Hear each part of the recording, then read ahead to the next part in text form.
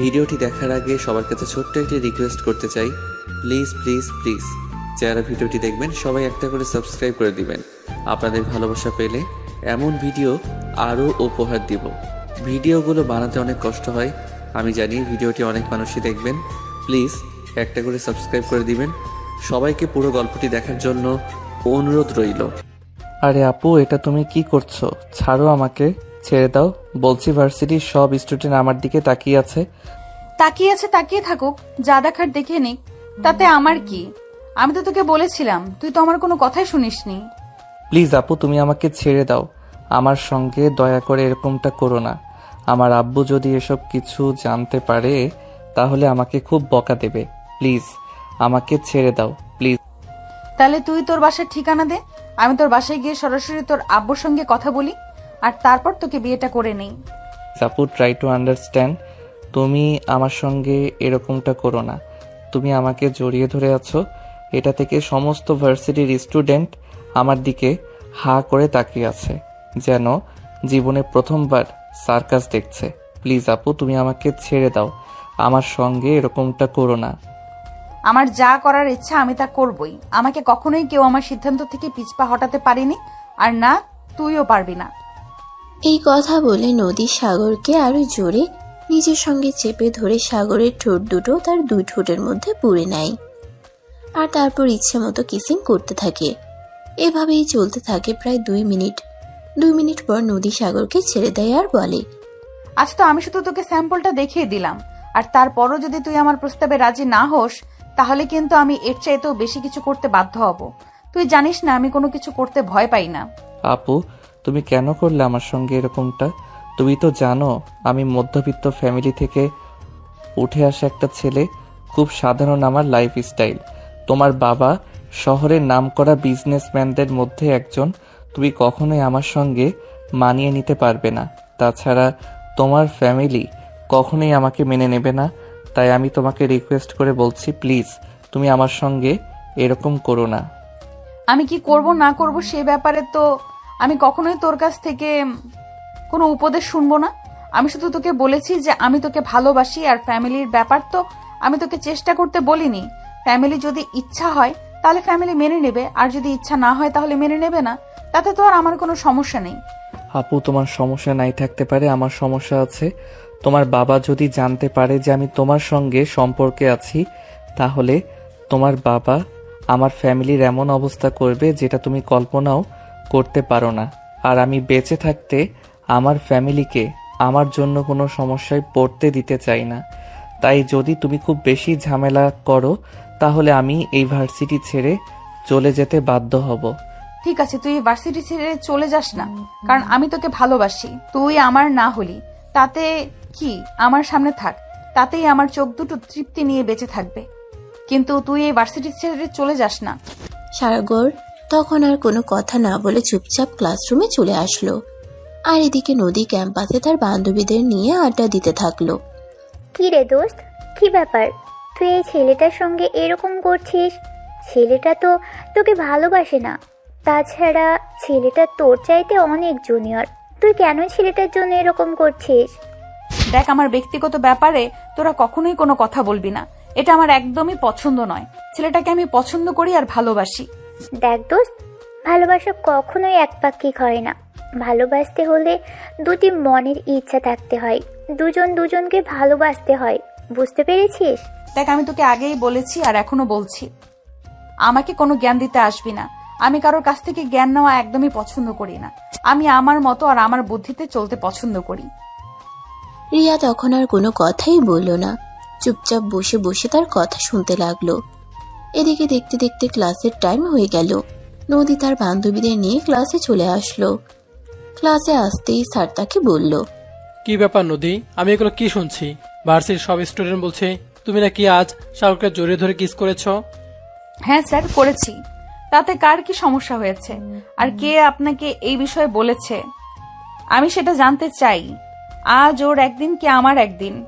দেখো নদী, এক তো তুমি অন্যায় করেছো, তার উপর আবার উঁচু গলায় কথা বলছো। ভার্সিটিতে সবাই পড়াশোনা করতে আসে, কেউ প্রেম করতে আসে না। তুমি কেন ভার্সিটিতে এসে এরকম একটা অঘটন ঘটালে? ভালোবাসা জায়গা স্থান পাত্র বেঁধে হয় না। ভালোবাসা যে কোনো জায়গায় যে কোনো সময় যে কোনো পরিস্থিতিতে হয়ে যায়। তো আপনি আমাকে এই বিষয়ে কিছু বলেও লাভ নেই। নদী, তুই ভদ্র ফ্যামিলি থেকে উঠে আসা একটা মেয়ে। আমি তো ভেবেছিলাম তোমার আচরণ ভদ্র হবে, কিন্তু তুমি যে এরকম সেটা আমি কোনোদিন কল্পনা করতে পারিনি। ঠিক আছে, সমস্যা নেই, আমি তোর বাবার সঙ্গে কথা বলবো, কারণ তুমি ইদানিং খুব বেশি বেড়ে গেছো। এখন তোর বাবার সঙ্গে কথা বলা ছাড়া আর কিছু করার নেই। তাহলে তাই করুন। তবে একটা কথা জেনে রাখুন, আপনি আমার বাবা কিংবা যার সঙ্গে কথা বলুন না কেন, তাতে কোনো লাভ হবে না। আপনি এটা তো খুব ভালো করেই জানেন যে আমি আমার বাবার আদরের একমাত্র মেয়ে। আমার বাবাকে আমি যা বলবো আমার বাবা তাই শুনবে। আমার বাবা কখনোই আমার ইচ্ছের বিরুদ্ধে গিয়ে আমাকে কোনো কিছু করতে বাধ্য করবে না। তখন স্যার আর কোনো কথা বলল না। খুব ভালোভাবেই বুঝতে পারলো নদীকে কিছু বলে লাভ হবে না, যা বলার তার বাবার সঙ্গেই বলতে হবে। তাই স্যার আর কোনো কথা না বলে ক্লাসে মনোযোগ দিল। ক্লাস শেষ হলে স্যার ক্লাস থেকে বের হয়ে চলে গেল। এদিকে নদী ক্লাসরুম থেকে বের হয়ে সোজা সাগরের ক্লাসরুমে চলে আসলো। সাগর তখন ক্লাস শেষ করে এই ক্লাসরুম থেকে বের হতে যাবে। এই, তুই কি স্যারকে কিছু বলেছিস নাকি? স্যার আমাকে ক্লাসে এসে এইসব কথা কেন জিজ্ঞেস করলো? স্যার আপনাকে কোন কথা জিজ্ঞাসা করেছে আমি তো সেটাই জানি না। আমি তো স্যারকে কিছুই বলিনি, তাহলে আমি বলবো কি করে? আচ্ছা ঠিক আছে, আর যদি বলেও থাকিস তাহলে আমি তাকে বলে দিচ্ছি তুই স্যারকে বলিস। আর তোকে বলিস না কেন, তাতে কোনো লাভ হবে না। আমি তো তোকে বলেছি তুই আমার নজরে পড়েছিস, তোকে আমার নজর থেকে কেউ বাঁচাতে পারবে না। আজ না হোক কাল তোকে আমি আমার করে নেব, সেটা যেভাবে আর যে কোনো পরিস্থিতিতেই হোক। এই কথা বলে নদী ক্লাসরুম থেকে বের হয়ে চলে গেল। আর এদিকে তখনই সাগরের বন্ধুরা তাকে এসে ঘিরে ধরলো আর এক এক করে প্রশ্ন করতে থাকলো। কিরে, কি ব্যাপার দোস্ত? আমি বিষয়টা বুঝতে পারছি না। নদী আপু তখন ভার্সিটি ক্যাম্পাসে সবার সামনে তোকে জড়িয়ে ধরে কিস করলো কেন? দেখো, জেনে শুনে প্রশ্ন করা কিন্তু একদমই ভালো লাগে না। তুই যেখানে সবকিছুই জানিস সেখানে তুই আমাকে প্রশ্ন করছিস কেন? এমনিতেই একটা ঝামেলার মধ্যে আছি, তার উপর আবার তোরা প্রশ্ন করে আমার মেজাজ খারাপ করে দিস। তোরা এমন কেন বলতো? দেখ ভাই, তুই তোর বউয়ের রাগ আমাদের উপর দেখাতে পারিস না। আমরা তোর বন্ধু, আমাদের সঙ্গে অন্তত ভালো আচরণ করবি। আমরা কিন্তু তোর কাছ থেকে কখনোই খারাপ আচরণ আশা করি না, বুঝতে পেরেছিস? ভাই, তোরা আমাকে এ ব্যাপারে কোনো প্রশ্ন করিস না। আমি তোদের প্রশ্নের উত্তর দিতে প্রস্তুত নই। এমনিতেই এই মেয়েটাকে নিয়ে অনেক প্যারায় আছি। আমি এখন আর সহ্য করতে পারছি না এই মেয়েটা কেন আমার পিছনে এভাবে পড়ে আছে, আমি তো সেটাই জানি না। তখন আর সাগরের বন্ধুরা তাকে কোনো প্রশ্ন করলো না। সবাই মিলে ক্যান্টিনের দিকে চলে গেল আর সেখানে গিয়ে সবাই মিলে কফি খেলো। কফি খাওয়া শেষ হলে সবাই মিলে আবার ক্লাসে চলে আসলো। ভার্সিটি ছুটি হওয়ার সময় ক্যাম্পাস থেকে বাইরে বের হতে যাবে, তখনই নদী এসে তার সামনে দাঁড়ায়। দেখ সাগর, তোকে অনেক দিন জ্বালিয়েছি, ভাবছি আর তোকে জ্বালাবো না। তাহলে তো আমি বেঁচে যাই। তুমি বেঁচে যাবে কিনা সেটা বলতে পারছি না, তবে আজকের পর হয়তো আমি আর কখনো তোর সামনে এসে দাঁড়াবো না। কারণ আমি রিয়েলাইজ করেছি তুই যখন আমাকে ভালোবাসিস না, তাহলে আমি কেন অযথাই তোকে এভাবে বিরক্ত করে যাচ্ছি। এটা তো আমার উচিত হচ্ছে না। বুঝতে পারার জন্য অসংখ্য ধন্যবাদ আপনাকে। আর আরো বেশি খুশি হব যদি আপনি আর কখনোই আমাকে বিরক্ত না করেন।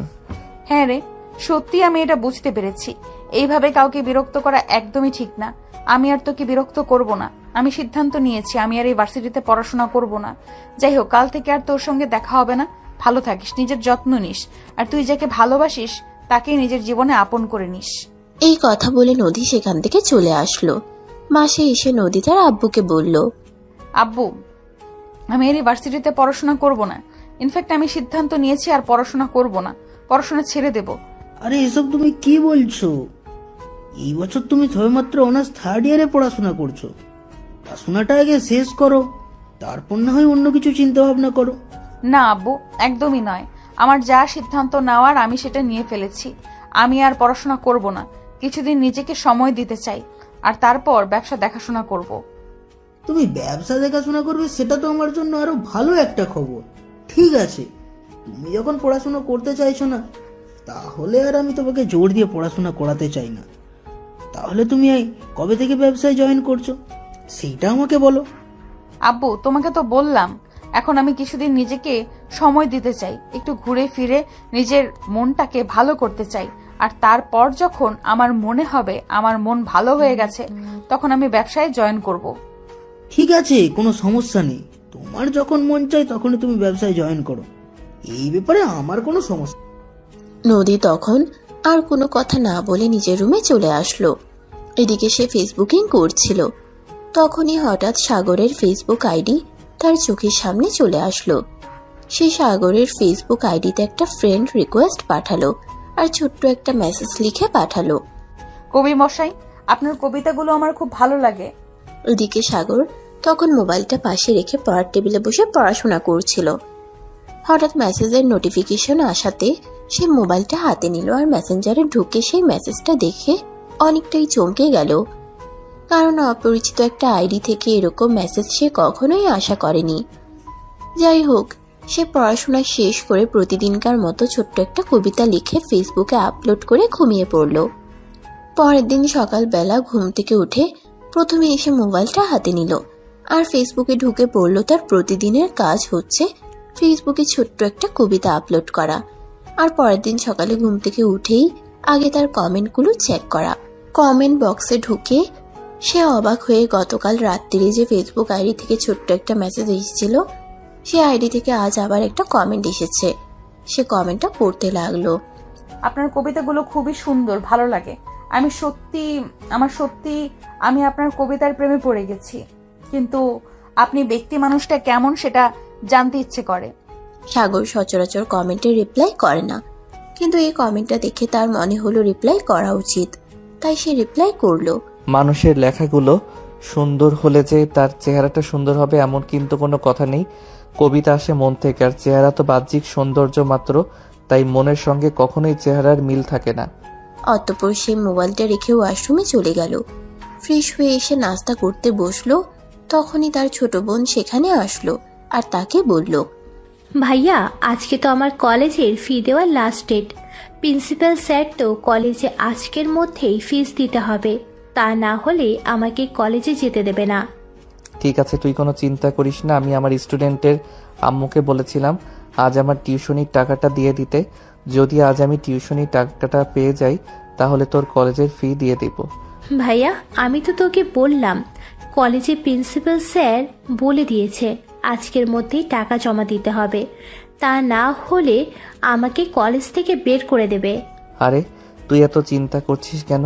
আমি তো আছি। আমি তো তোকে বললাম কোনো সমস্যা হবে না। আমি সময় মতো তোর কলেজের টাকাটা তোর কলেজে পৌঁছে দেব। তুই এখন কলেজে যা, আমি প্রিন্সিপাল স্যারের সঙ্গে কথা বলে নেব। ঠিক আছে ভাইয়া, কিন্তু টাকাটা তুই সময় মতো পৌঁছে দিস, তা না হলে আবার প্রিন্সিপাল স্যারের কাছ থেকে আমাকে কথা শুনতে হবে। এটা তো তুই খুব ভালো করেই জানিস। এই কথা বলতে বলতে তিশা নাস্তা করেই বাসা থেকে বের হয়ে চলে গেল। এদিকে সাগর নাস্তা শেষ করতে করতে তার আম্মু তার কাছে আসলো আর বলল, আমাদের জন্য তোকে অনেক কষ্ট করতে হচ্ছে, তাই না বাবা? আসলে আমাদের জীবনটা কেন যে এরকম হলো সেটাই বুঝতে পারছি না। আর যদি তোর বাবা বেঁচে থাকতো তাহলে হয়তো আমাদের এত কষ্ট হতো না। আম্মু প্লিজ, তুমি এভাবে বলো না। আল্লাহর ফয়সালা আমাদেরকে মেনে নিতে হবে। আল্লাহ পাক রাব্বুল আলামিন এটাই চেয়েছিলেন, তাই হয়তো এরকমটা হয়েছে। তা না হলে তো আব্বু আমাদের ছেড়ে এত তাড়াতাড়ি দুনিয়ার মায়া ত্যাগ করে চলে যেতেন না। হ্যাঁ রে বাবা, আল্লাহ ফয়সালা আমাদেরকে মেনে নিতেই হবে, এটা ছাড়া আমাদের কিছুই করার নেই। যাই হোক বাবা, তুই খাবারটা শেষ করে তারপর যা, আমার একটু কাজ আছে, আমি রান্নাঘরে কাজ করছি। এই কথা বলেই সাগরের আম্মু সেখান থেকে চলে গেল। আর এদিকে সাগর নাস্তা শেষ করে তারপর ভার্সিটির উদ্দেশ্যে রওনা দিল। ভার্সিটিতে আসতে না আসতেই তার বন্ধু তাকে বলল, কি ব্যাপার দোস্ত, আজ নদী আপুকে ভার্সিটিতে দেখা যাচ্ছে না? নদী আপু কি আজ ভার্সিটিতে আসেনি নাকি? সেটা তো আমি বলতে পারছি না। নদী আপু কাল আমাকে বলেছিল সে নাকি আর ভার্সিটিতে আসবে না, কিন্তু সেটা সত্যি নাকি মিথ্যা সেটা তো আর আমি জানি না। এখন আমি কি করে বলবো বলো? হ্যাঁ সেটাই ভাবছি, নদী আপু তো ভার্সিটিতে আসলে ভার্সিটির মাথায় করে রাখে, আর আজ তো ভার্সিটির পরিবেশ একদম শান্তশিষ্ট। তাই আমার মনে হচ্ছে আজ ভার্সিটিতে আসেনি। যাই হোক, এখন ক্লাসে চল, ক্লাসের টাইম হয়ে গেছে। এই কথা বলতে বলতে তারা দুজনে ক্লাসরুমে চলে আসলো। ভার্সিটি ছুটি হওয়ার কিছুক্ষণ আগে ভার্সিটির প্রিন্সিপাল সাগরকে নিজের কেবিনে ডেকে নেয় আর বলে, সাগর, তোমাকে একটা কথা বলার ছিল। আমি জানি না তোমাকে এই কথাটা কিভাবে বলবো, কিন্তু অ্যাজ এ ভার্সিটি প্রিন্সিপাল হিসেবে মনে হয় তোমাকে কথাটা বলা দরকার। আর বলুন না, কি বলবেন? আমতা আমতা কেন করছেন? বলে ফেলুন, আমি শুনছি। আসলে আমি তোমার সঙ্গে নদীর ব্যাপারে কথা বলতে চাইছিলাম। নদীর আজ সকালে আমাকে ছোট একটা মেসেজ পাঠিয়েছে। সে নাকি আমার ভার্সিটিতে আসবে না, কারণ সে তোমাকে ভালোবাসতো, কিন্তু তুমি তাকে ভালোবাসো না। তার সামনে তার ভালোবাসা মানুষটাকে তাকে অবহেলা করবে, এটা নাকি সে সহ্য করতে পারবে না। দেখুন স্যার, প্রথমত নদী আপু আমার চাইতে বয়সে বড় হতো সেই কোটিপতি বাবার একমাত্র আদরের রাজকন্যা। আর আমার ব্যাপারে তো আপনি খুব ভালো করেই জানেন, তাই তার এই পাগলামো প্রস্তাব মেনে নেওয়া আমার পক্ষে কোনোভাবেই সম্ভব নয়। তাই আমি তাকে রিজেক্ট করতে বাধ্য হয়েছি। সে তুমি যাই বলো আর যাই করো না কেন, কিন্তু আমার মনে হয় তোমার নদীর প্রপোজাল মেনে নেওয়া দরকার ছিল। কারণ নদী ওরকম মেয়ে নয় যে যা বলে তাই করে। সে তো তোমায় ভালোবাসে, আমি নিশ্চিত। সে তার বাবাকে রাজি করিয়ে নিত। স্যার, আবেগ দিয়ে জীবন চলে না। সে সবকিছু আবেগ দিয়ে চিন্তা ভাবনা করেছে, বিবেক দিয়ে কখনোই চিন্তা করেনি। যদি সে বিবেক দিয়ে চিন্তা করত, তাহলে আমার মতো একটা ছেলেকে কখনোই প্রেমের প্রস্তাব সে দিত না। যাই হোক, আমি এ ব্যাপারে জোর দিয়ে তোমাকে কিছুই বলতে চাই না। তোমার নিজে যেটা ভালো মনে হয় সেটাই করো, কারণ আমাদের সেটাই করা উচিত যেটা আমাদের মন আমাদেরকে বলে। হ্যাঁ স্যার, আপনি একদম ঠিক কথাই বলেছেন। আমি তো আমার নিজের মনের কথাই শুনে চলেছি, কারণ আমার মনে হয় এই বিষয়টাকে পাত্তা না দেওয়া, জীবনটাকে আবেগ নয় বিবেক দিয়ে চিন্তা করা। যাই হোক স্যার, আসি তাহলে।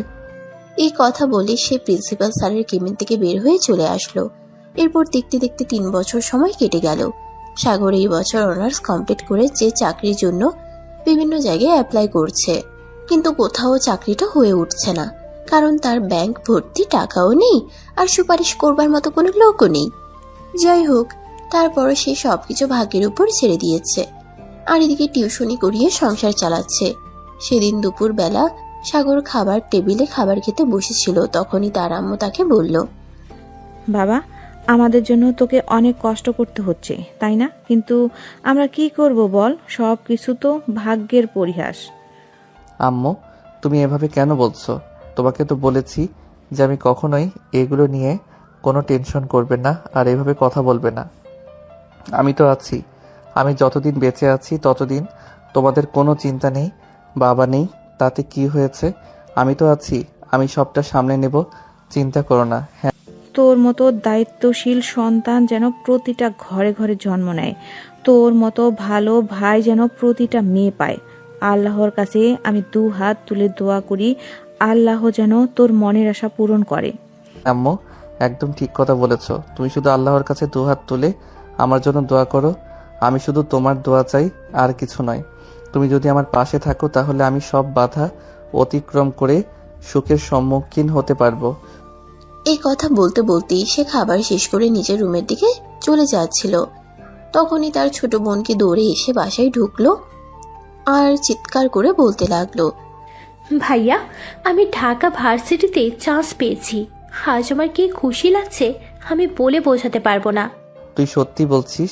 তুই ঢাকা ভার্সিটিতে চান্স পেয়েছিস? হ্যাঁ ভাইয়া, আমি ঢাকা ভার্সিটিতে চান্স পেয়েছি, আর এই খবরটা আমি এইমাত্র পেলাম। জানিস ভাইয়া, আজ আমার কত খুশি লাগছে।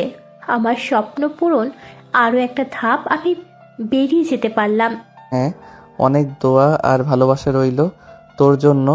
জীবনের প্রতিটা ধাপ এভাবেই এগিয়ে যা। ভালোভাবে পড়াশোনা কর আর নিজের স্বপ্নগুলো পূরণ কর। এই কথা বলতে বলতে সাগর নিজের রুমে চলে আসলো, আর তখনই মোবাইলটা হাতে নিয়ে কবিতা লিখতে বসে গেল। সাগর প্রতিদিনই কবিতা লিখে, আর এই অচেনা আইডির মেয়েটা প্রতিদিনই সাগরকে ছোট্ট করে একটা কমেন্ট করে। সাগর এতদিন এসব কিছু পাত্তা না দিলেও আজ হঠাৎ কেন জানি না তার মনে হলো এই মেয়েটার সঙ্গে একবার কথা বলা উচিত। তাই সে মেয়েটাকে ছোট্ট করে একটা মেসেজ দিল। হে অপরিচিত বালিকা, কে তুমি আর কি তোমার পরিচয়? আমি তোমার খুব চেনা এবং খুব কাছের কেউ। যদি তুমি আমার পরিচয়টা খুঁজে বের করতে পারো তাহলে আমি সামনাসামনি তোমার সঙ্গে দেখা করব। এতটা সময় হয়তো আমার হাতে নেই, তাই আমি তোমার পরিচয় আর তুমি কে সেটা খুঁজে বের করতে পারলাম না। যাই হোক, ভালো থেকো। আর আমার কবিতায় প্রতিদিন এত সুন্দর সুন্দর কমেন্ট করার জন্য অনেক ধন্যবাদ। শুধু কি এইটুকুই ধন্যবাদ দিলেই সবকিছু পাওনা শেষ হয়ে যায় নাকি? আমি তোমাকে প্রতিদিন কমেন্ট করি আর তুমি ছোট্ট একটা কথাই ধন্যবাদ দিয়ে দিলে। আর কিছু কি আমার পাওনা ছিল না? অপরিচিত কারোর কাছ থেকে এই বিষয়টা আশা করা বোকামি ছাড়া আর কিছুই না। আমি তো তোমার কাছে তোমার পরিচয় জানতে চেয়েছিলাম, কিন্তু তুমি তো আমাকে তোমার কোনো পরিচয় দিলে না, তাহলে আমি তোমাকে আর কি বলবো। যাই হোক, ভালো থেকো, শুভকামনা রইল। এরপর সাগর আর কোনো কথা না বলেই ফেসবুক থেকে বের হয়ে আসলো আর পত্রিকায় চোখ বুলাচ্ছিল কোথাও কোনো চাকরির বিজ্ঞাপন দেখতে পাওয়া যায় কিনা। তখনই হঠাৎ তার চোখে পড়ল তাদের বাসার পাশেই বড় একটা কোম্পানিতে বেশ কিছু লোক নিয়োগ করছে। তাই সে আর দেরি না করে সরাসরি কথা বলার জন্য ওই কোম্পানিতে চলে গেল। আসসালামু আলাইকুম মামা, আমি শুনলাম এই কোম্পানিতে নাকি কিছু লোক নিয়োগ করা হচ্ছে। হ্যাঁ, আপনি একদম ঠিকই শুনেছেন। আমাদের কোম্পানিতে বেশ কিছু লোক নিয়োগ করা হচ্ছে। আপনি কি চাকরি করতে চান নাকি? আমি অনেকদিন ধরে একটা চাকরি খুঁজতেছি, কিন্তু কোথাও চাকরির ব্যবস্থা হচ্ছে না। আজকে পত্রিকাতে দেখলাম এই কোম্পানিতে নাকি কিছু লোক নিয়োগ করা হচ্ছে, তাই কথা বলতে আসলাম। যদি আপনি চাকরি করতে চান তাহলে কাল সকাল 9টায় চলে আসুন। আমি স্যারের সঙ্গে কথা বলে রাখবো। ঠিক আছে, আজ তাহলে আসি। আপনাকে অসংখ্য ধন্যবাদ। এই কথা বলে সাগর সেখান থেকে চলে আসলো আর বাসায় আসতেই তার আম্মু তাকে জিজ্ঞাসা করলো, কি ব্যাপার, হুট করে কোথায় বের হয়ে গিয়েছিলে? আমি তো তোকে রুমে খুঁজতে ছিলাম, কিন্তু তোকে রুমে খুঁজে পেলাম না। আম্মু, আসলে আমি একটু বাইরে গিয়েছিলাম, হুট করে চলে গেছি, তাই তোমাকে বলা হয়নি। কথা হলো, আমাদের বাসার পাশে যে একটা বড় কোম্পানি আছে ওটাতে বেশ কিছু লোক নিয়োগ করা হচ্ছে। আমি একটু আগে পত্রিকায় দেখতে পেলাম, তাই সরাসরি একটু খুঁজে নেওয়ার জন্য গেছিলাম। কিছু জানতে পারলি নাকি? হ্যাঁ আম্মু, আমি ওই কোম্পানির দায়িত্বরত সিকিউরিটি গার্ডের কাছে জানতে পেরেছি আগামীকালকেই নাকি ইন্টারভিউ। উনি আমাকে বলেছেন সকাল 9টার মধ্যে আমার প্রয়োজনীয় কাগজপত্র নিয়ে ওখানে চলে যেতে। আমি ওনার সঙ্গে বিস্তারিত কথা বলেছি, তাই উনি আমাকে বলেছেন উনি পার্সোনালি ওনার এমডি স্যারের সঙ্গে কথা বলবেন। আচ্ছা বাবা, ঠিক আছে, তাহলে এখন রুমে গিয়ে বিশ্রাম কর। সাগর তখন আর কোনো কথা না বলে নিজের রুমে চলে আসলো আর পরের দিন ইন্টারভিউ দিতে যাওয়ার জন্য নিজেকে মানসিকভাবে প্রস্তুত করতে থাকলো। পরের দিন সকালবেলা যত সময় সাগর ওই অফিসে চলে আসলো আর বসে অপেক্ষা করতে লাগলো। এদিকে ইন্টারভিউ চলছে, কখন ইন্টারভিউ কক্ষ থেকে সাগরকে ডাক দেওয়া হবে সাগর সেটার অপেক্ষা করছিল। বেশ কিছুক্ষণ পর একজন লোক এসে সাগরকে ভেতরে যেতে বলল। সাগর দরজার সামনে দাঁড়িয়ে সালাম দিয়ে অনুমতি প্রার্থনা করলো। আসসালামু আলাইকুম স্যার, আমি কি ভিতরে আসতে পারি? ওয়ালাইকুম আসসালাম। হ্যাঁ, তুমি ভেতরে এসো। আর তোমার কাগজপত্র আমাকে দেখাও। হ্যাঁ স্যার, এই নিন আমার কাগজপত্র, এখানে আমার সব সার্টিফিকেট দেওয়া আছে, আপনি দেখে নিন। এই কথা বলে সাগর তার ফাইলটা এমডি স্যারের হাতে তুলে দিল। এমডি স্যার ফাইলটা নিয়ে কাগজপত্রগুলো বেশ ভালো করে দেখলেন। সাগরের পড়াশোনা বরাবরই ভালো ছিল। এমডি স্যার সার্টিফিকেটগুলো দেখে তারপর বলল, তোমার সার্টিফিকেট তো বেশ ভালোই। ওকে, তুমি কি আমাদের ম্যানেজিং ডিপার্টমেন্ট সামলাতে পারবে? স্যার, কনফিডেন্স নিয়ে বলতে পারছি না পারবো কিনা, তবে আমি আমার সাধ্যমতো চেষ্টা করতে পারি। স্যার, আপনি তো জানেন আমি এর আগে কখনো কোথাও চাকরি করিনি, এটাই আমার প্রথম চাকরি। তবে আপনি আমায় ভরসা করতে পারেন, আমি আমার সবটা দিয়ে চেষ্টা করতে পারবো। আচ্ছা ঠিক আছে, তাহলে আমি তোমাকে আমাদের ম্যানেজিং ডিপার্টমেন্টের জন্য সিলেক্ট করতে চাইছি, কারণ চেষ্টা করতে হবে, চেষ্টা করলে সবকিছুই পারা সম্ভব। তাই আমি তোমাকে ম্যানেজিং ডিপার্টমেন্টে নিয়োগ করতে চাই, তুমি কি বলো? আচ্ছা, সব ঠিক আছে, আপনাকে অসংখ্য ধন্যবাদ আমাকে একটা সুযোগ করে দেওয়ার জন্য।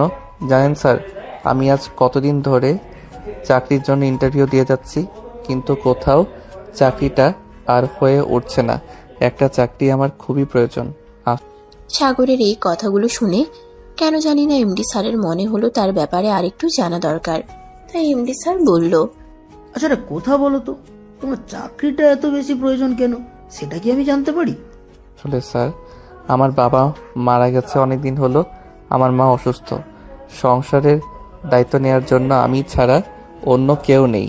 টিউশনি করে নিজের আর ছোট বোনের পড়াশোনার খরচ চালিয়েছি, সংসার চালিয়েছি। এখন আর টিউশনি করে সেটা সম্ভব হয়ে উঠছে না। তাই এই মুহূর্তে একটা চাকরি আমার খুব প্রয়োজন। ও আচ্ছা, এই ব্যাপার। ঠিক আছে, আমি বুঝতে পেরেছি বিষয়টা, সমস্যা নেই। আমি তোমাকে ভরসা করে চাকরিটা দিচ্ছি। এখন তুমি আমার বিশ্বাস আর ভরসা রাখবে কিনা সেটা তোমার ব্যাপার। স্যার, আপনি আমার উপর সম্পূর্ণ ভরসা করতে পারেন। আমি আমার সবটা দিয়ে চেষ্টা করব আপনার বিশ্বাসের মর্যাদা রাখতে। আচ্ছা ঠিক আছে, সমস্যা নেই। তাহলে তুমি আগামীকাল থেকে অফিসে জয়েন করো। ঠিক আছে স্যার, আপনাকে যে আমি কি বলে কৃতজ্ঞতা জানাবো সেটাই বুঝতে পারছি না।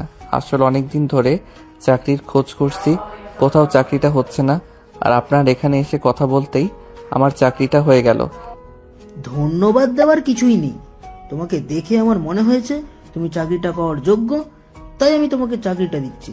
এবার যাই হোক, তাহলে আগামীকাল সকালেই তোমার সঙ্গে আমার দেখা হচ্ছে। সকাল 10টার মধ্যে অফিসে পৌঁছে যেও। অতঃপর সাগর এমডি স্যারের সঙ্গে কথা বলা শেষ করে এমডি স্যারের কাছ থেকে বিদায় নিয়ে অফিস থেকে বের হয়ে সোজা বাসায় চলে আসলো। বাসায় আসতেই তার আম্মু তাকে বলল, কি ব্যাপার বাবা, এবার বুঝি তোর চাকরিটা হলো না? আসলে আমাদের কপালে হয়তো সুখ লেখাই নেই, তাই হয়তো আমাদের সঙ্গে এরকমটা হচ্ছে। একদমই নয় আম্মু, এবার আমি চাকরিটা পেয়ে গেছি। এমডি স্যার আমার মেধা আর আমার বিচক্ষণতা দেখে আমাকে চাকরি দিয়েছেন। আর সবচেয়ে খুশির খবর হলো আমি আগামীকাল থেকেই আমার চাকরিতে জয়েন করছি। তাই নাকি বাবা? তাহলে তো এটা খুবই খুশির খবর। যাই হোক, আল্লাহ পাক রাব্বুল আলামিন এতদিনে আমাদের দিকে মুখ তুলে তাকিয়েছেন। আল্লাহর কাছে অশেষ শুকরিয়া যে তিনি তোর চাকরিটার বন্দোবস্ত করে দিয়েছেন। তা না হলে যে আমাদের আর কতদিন এইসব ঝামেলা পোহাতে হতো তার কোনো ঠিক নেই। হ্যাঁ আম্মু, তুমি একদম ঠিক কথাই বলেছ। আল্লাহ পাক রাব্বুল আলামিন এইবার আমাদের দিকে চোখ তুলে তাকিয়েছেন, তাই তো আমার চাকরিটা হয়ে গেছে। যাই হোক আম্মু, এখন এসব কথা বাদ দাও। আমার প্রচন্ড ক্ষুধা পেয়েছে, আমাকে কিছু খেতে দাও। আমাকে এক্ষুনি কিছু খেতে হবে। আচ্ছা বাবা, ঠিক আছে, তুই হাত মুখ ধুয়ে আয়, আমি যেটুকু খাবার আছে সেটুকু তোকে দিচ্ছি। এই কথা বলে সাগরের আম্মু কিচেনে চলে গেল সাগরের জন্য খাবার তৈরি করে আনতে। কিছুক্ষণ পর সাগর ফ্রেশ হয়ে খাবার টেবিলে আসলো আর সাগরের আম্মু তাকে খাবার খেতে দিল। খাওয়া দাওয়া শেষ হলে সাগর নিজের রুমে চলে গেল। আর তখনই হঠাৎ ফেসবুকের ওই মেয়েটার কথা মনে পড়লো। তাই সে ফেসবুকে ঢুকে পড়লো আর তখনই দেখতে পেল গতকাল সে যে কবিতাটা পোস্ট করেছিল ওখানে মেয়েটা আবারও একটা কমেন্ট করেছে। সত্যি বলতে কি জানেন, আমি আপনার কবিতাগুলো পড়তে পড়তে আপনার প্রেমে পড়ে গেছি। যদি সামনাসামনি আপনাকে একদিন দেখতে পেতাম তাহলে হয়তো আমার জীবনটা ধন্য হয়ে যেত। আপনাকে ছুঁয়ে দেখার ইচ্ছে অনেক, জানি না সেই ইচ্ছেগুলো কোনো দিন পূরণ হবে কিনা। তবে আল্লাহর কাছে বলি, যদি কোনো দিন আপনাকে সামনাসামনি পাই তাহলে একবার হলেও আপনাকে ছুঁয়ে দেখব। মেয়েটার কমেন্ট পড়ে সাগর কি রিপ্লাই দিবে সেটাই ভেবে পাচ্ছে না। অনেকক্ষণ চিন্তা ভাবনা করলো আর তারপর মেয়েটার কমেন্টের রিপ্লাই করলো। অপরিচিতা কন্যাকে তুমি সত্যি আমি জানি না, তবে তোমার কথাগুলো খুব ভালো। তুমি গুছিয়ে কথা বলতে পারো। যাই হোক, তবে একটা কথাই বলি, এসব কথা আর সময় আমার পিছনে নষ্ট করে কোনো লাভ নেই। আমি কবিতা লিখতে পছন্দ করি, তাই লিখি। তাই বলে আমার পিছনে টাইম ওয়েস্ট করো না, টাইমটা বৃথা যাবে। এই বলে সাগর সেই দিনও ফেসবুকে ছোট্ট একটা কবিতা আপলোড করলো আর তারপর মোবাইলটা রেখে একটু বিশ্রাম নিল। তার কিছুক্ষণ পরেই তার বন্ধু তাকে ফোন দিল। কিরে দোস্ত, কই তুই? আমি তো আমাদের আড্ডাখানায় সে কখন চলে এসেছি, কিন্তু তোকে কোথাও দেখতে পাচ্ছি না। তুই কি আজ আড্ডাখানায় আসবি না নাকি? হ্যাঁ দোস্ত, আড্ডাখানায় না আসলে কি ভালো লাগবে নাকি? তোদের সঙ্গে কিছুক্ষণ আড্ডা দিতে না পারলে যেন দিনটাই খারাপ যায়। তোরা ওয়েট কর, আমি কিছুক্ষণের মধ্যেই আসছি। এই কথা বলিস একবার ফোনটা কেটে দিল। আর তারপর এই কথা বলে একবার ফোনটা কেটে দিল। আর তারপর বিছানা থেকে উঠে একটা শার্ট আর একটা প্যান্ট গায়ে দিয়ে বাসা থেকে বের হয়ে পড়লো। তাদের পুরনো সেই আড্ডাখানেই চলে আসলো সাগর। সেখানে এসে দেখে তার সব বন্ধুরা অনেকক্ষণ আগে থেকেই সেখানে বসে তার জন্য অপেক্ষা করছিল। তখনই সাগর সবাইকে উদ্দেশ্য করে বলল, দোস্ত, তোদেরকে একটা খুশির খবর দেওয়ার আছে, আমার চাকরিটা হয়ে গেছে। কি বলিস দোস্ত? এটা তো অনেক খুশির খবর, তবে আমাদের কিন্তু ট্রিট দিতে হবে। আমাদেরকে কবে তুই মিষ্টি খাওয়াবি সেটা আগে আমাদের বল। আরে ভাই, এভাবে কেন বলছিস? বেচারি সবেমাত্র একটা চাকরি পেয়েছে, এখনো চাকরির বেতন পায়নি। 1 মাস চাকরি করুক, বেতন পাক, তারপর না হয় আমাদের সবাইকে মিষ্টি খাওয়াবে। এখন প্লিজ তোরা এই বেচারিকে চাপ দিস না। হ্যাঁ রাজু, তুই একদম ঠিক কথাই বলেছিস। তোরা তো আমার আর্থিক অবস্থাটা খুব ভালো করে জানিস, তাই এখন আমাকে তোরা প্রেশার দিস না। আমি আগে চাকরিটা করি, তারপর বেতন পেলে তোদের সবাইকে মিষ্টি খাওয়াবো, আই প্রমিস। ওকে দোস্ত, ঠিক আছে, কোনো সমস্যা নেই। এখন চল, আজ আমি তোদের সবাইকে ঝালমুড়ি খাওয়াবো। আজ আমার বাবা আমাকে পকেট মানি দিয়েছে। হ্যাঁ, সে তো তুই প্রতি মাসে যখন তোর পকেট মানির টাকা পাস তখন শুধু আমাদেরকে ঝালমুড়ি খাওয়াস, অন্য কিছু তো আর খাওয়াস না। কি করবো সেটাই বল। আমরা মধ্যবিত্ত ফ্যামিলির ছেলে, আমাদের তো আর মাস শেষে বাবারা লাখ লাখ টাকা হাত খরচের জন্য দেয় না। আমাদেরকে অল্প কিছু টাকা দেয় যাতে আমাদের পুরো মাসটা চলতে হয়। তাই আমরা তো আর বড়লোক ছেলেদের মতো এত টাকা উড়াতে পারি না। তোদের তো তাও মাথার উপর একজন মানুষ আছে যারা তাদের বিপদে আপদে পাশে দাঁড়ায়, কিন্তু আমার তো সেই মানুষটাও নেই। আমার তো সবকিছু আমার নিজেকেই ম্যানেজ করতে হয়। হ্যাঁ রে দোষ, মাঝে মাঝে তোর জন্য অনেক খারাপ লাগে। আল্লাহ পাক কেন তোর আব্বুকে এত তাড়াতাড়ি তোর কাছ থেকে কেড়ে নিল? আল্লাহ চাইলে তো আঙ্কেলকে আরো কিছুদিন বাঁচিয়ে রাখতে পারতো, কিন্তু কি এমন হলো যে আল্লাহ তোর আব্বুকে নিয়ে নিল? তার জন্য আল্লাহর উপর আমার কোনো অভিযোগ নেই। আল্লাহর ফয়সালা আমি মেনে নিয়েছি। আল্লাহর যেটা ভালো লেগেছে আল্লাহ সেটাই করেছে। যাই হোক, এখন যেহেতু চাকরিটা পেয়ে গেছি, আশা করি আর কোনো সমস্যা হবে না। হ্যাঁ, একদম ঠিক কথাই বলেছিস। যাই হোক, এখন তো আবার তোকে টিউশনি পড়াতে যেতে হবে। তুই চলে যা, আজকের পর থেকে তো আর টিউশনি পড়াবি না, তাই না? আজকের পর থেকে হয়তো আমি আর টিউশনি পড়াতে পারবো না, কারণ আমার অফিস টাইম সকাল 10টা থেকে রাত 8টা পর্যন্ত। তাহলে আমি টিউশনি কখন করাবো? আজ থেকে আমার ছাত্রছাত্রীদের বলে আসবো আমি আর কাল থেকে তোদের পড়াতে পারবো না। আচ্ছা দোস্ত, তাহলে তুই চলে যা, আমরাও চলে যাব। তুই তো একটা চাকরি পেয়ে গেছিস, কিন্তু আমাদের তো আর সেটাও হলো না। আমরা যেসব একটা চাকরি পাবো সেটাই বুঝতে পারছি না। আল্লাহর উপর ভরসা রাখার সাগরের মতো প্রচেষ্টা করতে থাক। সে তোর আর কম চেষ্টা করিনি। আমরা তো 2-3 জায়গায় ইন্টারভিউ দিয়েছি মাত্র, আর সে তো তেমন একটা সপ্তাহ বাকি নেই যে সপ্তাহে তার চাকরির ইন্টারভিউ থাকে না। আর কত চেষ্টা করতে করতে এইসব মাত্র তার চাকরিটা পেয়েছে। একদম ঠিক কথাই বলেছিস।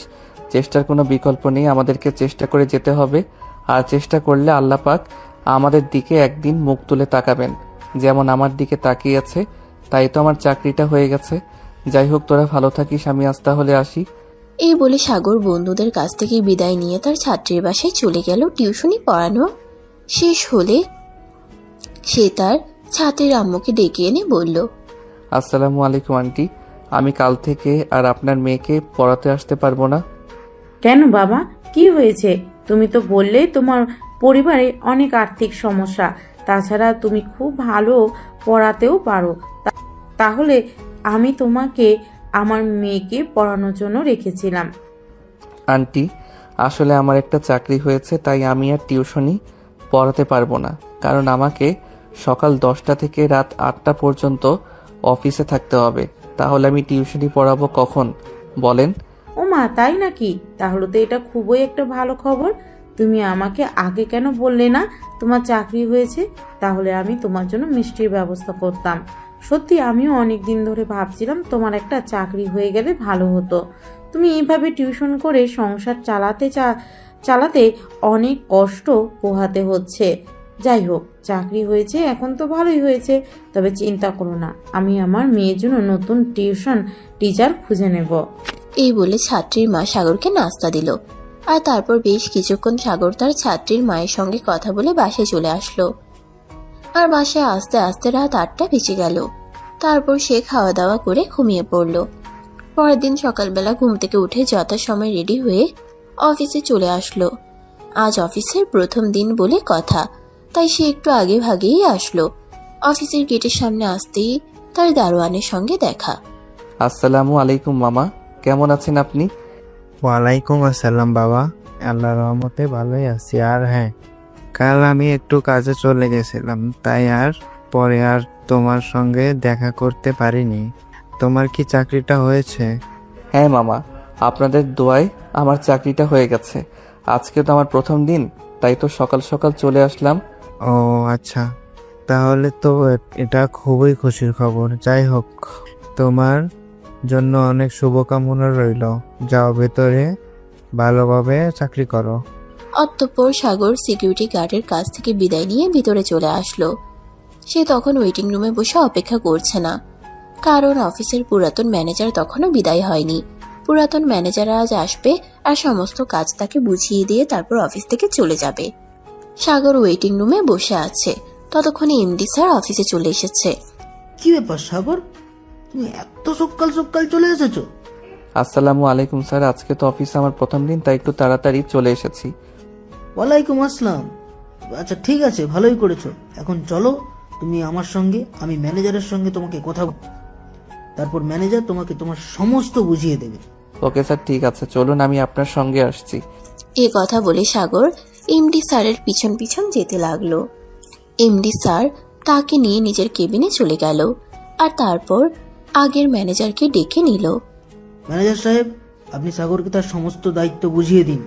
ওকে স্যার, ঠিক আছে, আমি এইমাত্র অফিসে আসলাম। সাগর, তুমি আমার সঙ্গে এসো, আমি তোমাকে তোমার সমস্ত দায়িত্ব বুঝিয়ে দিচ্ছি। আর আমি এখনই চলে যাব, আমার একটু জরুরি কাজ আছে।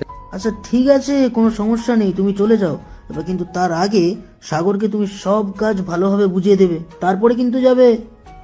অতঃপর ম্যানেজার সাগরকে নিয়ে নিজের কেবিনে চলে গেল আর তারপর সমস্ত কাজ বুঝিয়ে দিয়ে সেখান থেকে চলে গেল। এদিকে সাগর কাজ করছিল, ঠিক তখনই এমডি স্যার তার কেবিনের দরজার সামনে দাঁড়িয়ে বলল, কি ব্যাপার সাগর, নতুন অফিসে প্রথম দিন, কেমন লাগছে তোমার? এবার কোনো অসুবিধা হচ্ছে না তো? না স্যার, একদমই না, সবকিছু একদম ঠিক আছে। এরপর এমডি স্যার আর কোনো কথা না বলে চুপচাপ সেখান থেকে চলে গেল। এরপর দিনগুলো ভালোই চলছিল, তখন আর টাকা পয়সার কোনো ঝামেলাও ছিল না। সাগর মোটামুটি মাস শেষে ভালো একটা মাইনে পেত। তাছাড়া বছর ঘুরতে না ঘুরতেই তার বেতন দ্বিগুণ হয়ে দাঁড়ালো, কারণ তার কাজের পারফরম্যান্স খুবই ভালো ছিল। তাই তো সেদিন এমডি স্যার সাগরকে নিজের কেবিনে ডেকে নিয়ে বললেন, সাগর, এই মাস থেকে তোমার বেতন 60,000 করে দেওয়া হলো। তুমি তো খুব ভালোই কাজ করতে পারো, তোমার কাজ দেখে আমি মুগ্ধ, তাই এত তাড়াতাড়ি তোমার বেতন বাড়িয়ে দিই। আপনাকে কি করে ধন্যবাদ দেব স্যার, সেই ভাষাটা আমার জানা নেই। সত্যি আপনি আমার অনেক বড় উপকার করেছেন। আপনি এত তাড়াতাড়ি আমার বেতন বাড়িয়ে দেবেন সেটা আমি ভাবতেই পারিনি। যাই হোক স্যার, সব মিলিয়ে আপনাকে কৃতজ্ঞতা জানানোর ভাষা আমার সত্যিই জানা নেই। এত কৃতজ্ঞতা প্রকাশ করার কি আছে? তুমি যথেষ্ট ভালো পারফরমেন্স করেছো, আমি তোমার কাজ দেখে তোমার বেতন বাড়িয়েছি। তুমি কখনোই কোনো কাজকে অফিসের বলে মনে করো না, তুমি সবসময় সব কাজকে নিজের কাজ বলেই মনে করো, আর সবকিছু তুমি নিজের মতন করেই সমাধান করে দাও। কখনো তোমাকে কোনো কাজের জন্য কোনো কথা বলতে হয়নি, তাই তো আমি খুশি হয়েছি তোমার ওপর। স্যার, আসলে আমি ছোটবেলায় একটা কথা শুনেছিলাম, কাজকে কখনো পর নয় আপন ভাবতে হয়।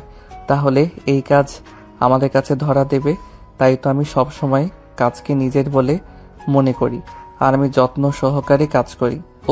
এইভাবে কাজকে আপন করে নিও, তাহলে তুমি উন্নতির চরম শিখরে পৌঁছাতে পারবে। এবার যাই হোক, আমি এখন আসিফ, আর তোমাকে একটা কথা বলার ছিল। আমার মেয়ে আগামীকাল বাংলাদেশে ফিরে আসবে, আর আগামী সপ্তাহ থেকে আমাদের অফিসে জয়েন করবে। এরপর থেকে সেই এই অফিসের দেখাশোনা করবে। ও আচ্ছা, তাহলে তো খুবই ভালো খবর। আচ্ছা স্যার, ঠিক আছে, কোনো সমস্যা নেই। এরপর দেখতে দেখতে 1 সপ্তাহ সময় চলে গেল। সেদিন সাগর সকালবেলা ঘুম থেকে উঠতে পারছিল না। সকালবেলা যেন তার আরো খুব বেশি ঘুম পাচ্ছিল। সকাল প্রায় 10টা বেজে গেছে। তখন তার আম্মু তাকে ডাকতে আসলো। এই সাগর, কি হলো তোর? আজকে তুই অফিসে যাবি না নাকি? প্রতিদিনের মতো সকালবেলা তোকে ডাকতে হয় না, আজ আবার তোর কি হলো? কয়টা বাজে আম্মু? এই তো 9:50 বাজে। তুই এখনো ঘুম থেকে উঠছিস না কেন? তোর কি শরীর খারাপ লাগতেছে নাকি? কেন জানি না আজ খুব বেশি ঘুম পাচ্ছে। তুমি যাও, আমি ঘুম থেকে উঠে ফ্রেশ হয়ে আসছি। এই কথা বলে সাগর বিছানা থেকে নেমে ওয়াশরুমে চলে গেল। আর তখনই হঠাৎ মনে পড়ল এমডি স্যার গতকাল বলেছিল আজ অফিসে নতুন এমডি আসবে। তাড়াহুড়ো করে ওয়াশরুম থেকে বের হয়ে এসে রেডি হয়ে নিল। আর তারপর নাস্তা না করেই অফিসের উদ্দেশ্যে বের হয়ে পড়ল। অফিসে আস্তে আস্তে তার 10:15 বেজে গেছে। সে অফিসে এসে আগে নিজের কেবিনের দিকে যাচ্ছিল। তখনই অফিসের পিয়ন এসে তাকে বলল, আসসালামু আলাইকুম স্যার, আমাদের অফিসে তো আজ নতুন এডমিন ম্যাডাম এসেছে, উনি আপনাকে নিজের কেবিনে ডেকেছে। ওয়ালাইকুম আসসালাম। আচ্ছা ঠিক আছে, আপনি যান, আমি ম্যাডামের সঙ্গে দেখা করে নেব। এই কথা বলতে বলতে সাগর নিজের কেবিন থেকে বের হচ্ছিল আর মনে মনে বলছিল, আজকেই নতুন এমডি আসলো আর আজকে আমার অফিসে আসতে দেরি হলো। আল্লাহ জানে কি হতে চলেছে আমার সঙ্গে। এমডি স্যার তো খুব ভালো একজন মানুষ, কিন্তু ওনার মেয়ে কেমন সে সম্পর্কিত আমার বিন্দুমাত্র ধারণা নেই। যাই হোক, আগে ম্যাডামের সঙ্গে দেখা করি, তারপর যা হয় হবে। এই বলতে বলতে সাগর এমডি ম্যাডামের কেবিনের দরজার সামনে পৌঁছালো। আসসালামু আলাইকুম ম্যাডাম, আপনি আমাকে ডেকেছেন? নদী তখন ল্যাপটপে কাজ করছে। মাথা নিচু রেখেই বলল, ওয়ালাইকুম আসসালাম। হ্যাঁ, আমি আপনাকে ডেকেছি। আপনি আমাদের কোম্পানির ম্যানেজার, তবে আপনার প্রথম থেকে আসতে লেট হলো কেন? আপনি তো জানতেন আজ আমি আসব। আপনার উচিত ছিল সকাল সকাল অফিসে চলে আসার, কিন্তু তারপরও আপনি লেট করেছেন কেন? আই এম সরি ম্যাডাম, আসলে আজ সকালে কোনোভাবেই ঘুম ভাঙছিল না, তাই একটু দেরি হলো। দেখুন, এতদিন আমার আব্বু এই অফিস চালিয়েছে।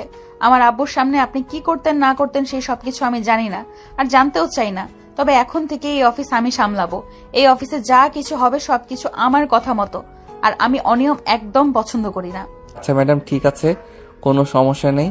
আসলে আমি কখনোই লেট করে আসি না, কিন্তু আজ হঠাৎ আমার কি হলো সেটাই বুঝতে পারছি না। আপনি এখন এখান থেকে যান। আমি আপনার এসব ফালতু বকবকানি শুনতে চাইছি না। আর ঠিক মতো কাজ করবেন। আমার কিন্তু কাজে ফাঁকি দেওয়া একদম ভালো লাগে না। আশা করি বুঝতে পেরেছেন। হ্যাঁ ম্যাডাম, আমি সবটা বুঝতে পেরেছি। আপনি চিন্তা করবেন না, আমি কখনোই কাজে ফাঁকি দেই না। আমি সব সময় সব কাজ ভালো মতোই করি। তাই তো এমডি স্যার আমাকে এত ভালোবাসেন, আর বছর ঘুরতে না ঘুরতে আমার বেতন দ্বিগুণ করে দিয়েছেন।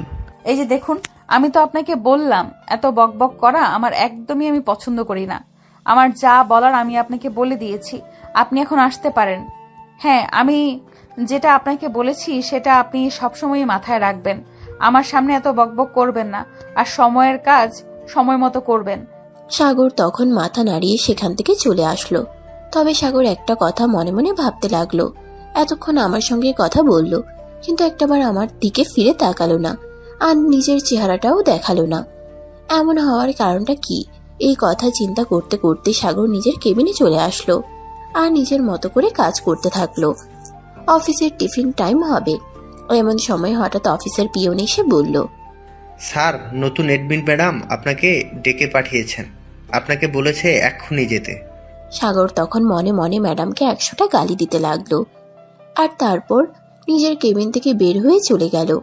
আসলে যখন এমডি স্যার ছিল তখন তাকে কখনো এরকম পরিস্থিতির মুখোমুখি হতে হতো না। সে সব সময় নিজের কাজ শেষ করত, তারপরই ফাইল নিয়ে এমডি স্যারের কেবিনে গিয়ে সেগুলো জমা দিয়ে আসতো। কিন্তু এই ম্যাডাম সকালবেলা একবার ডেকে পাঠালেন, এত বড় কথা শোনালেন, আবার এখন লাঞ্চের টাইম হয়ে গেছে, এখন আবার কেন ডেকে পাঠাচ্ছেন? এইসব ভাবতে ভাবতে সাগর রেডি হয়ে এমডি ম্যাডামের কেবিনের সামনে চলে আসলো। ম্যাডাম, আপনি আমায় ডেকে পাঠিয়েছেন? হ্যাঁ, আমি আপনাকে ডেকে পাঠিয়েছি। আসলে আমি দুপুরে খাবার অর্ডার করেছি রেস্টুরেন্ট থেকে, ভুল করে দুজনের খাবার পাঠিয়ে দিয়েছে।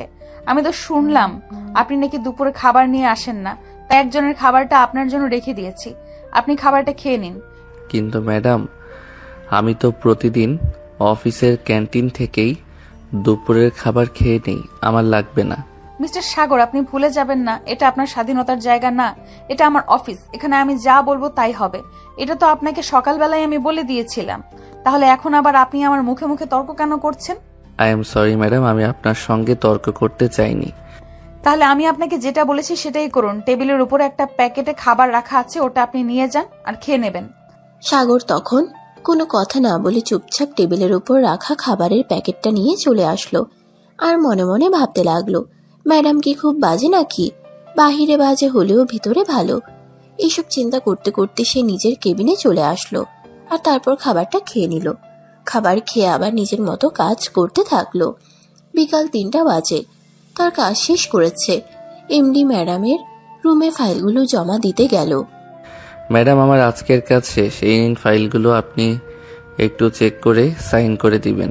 আপনাকে কাজের দায়িত্ব দেওয়া হয়েছে, আপনি আপনার মতো করে কাজ করবেন আর আপনি সঠিক করেই কাজটা করবেন। আর আপনি যদি সঠিক করে কাজটা করেন তাহলে আমার আবার চেক করার কি আছে? কিন্তু তারপরও ম্যাডাম, আমার মনে হয় একবার আপনার এগুলো চেক করে নেওয়া উচিত।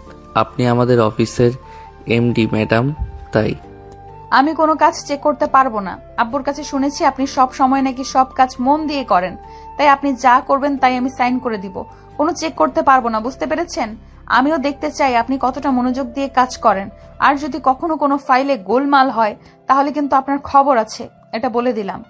ম্যাডাম, আমি সাধারণ একজন মানুষ, আমার তো হিসেবে গরমিল হতেই পারে, তাই তো বলছি আপনি একটু চেক করে তারপর সাইন করে দিবেন। Shut up!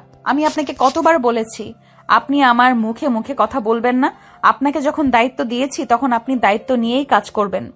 আচ্ছা ম্যাডাম, ঠিক আছে। আচ্ছা ম্যাডাম, ঠিক আছে, কোনো সমস্যা নেই। আমি কাজ করে চেক করে তারপর আপনাকে দিতে আসবো।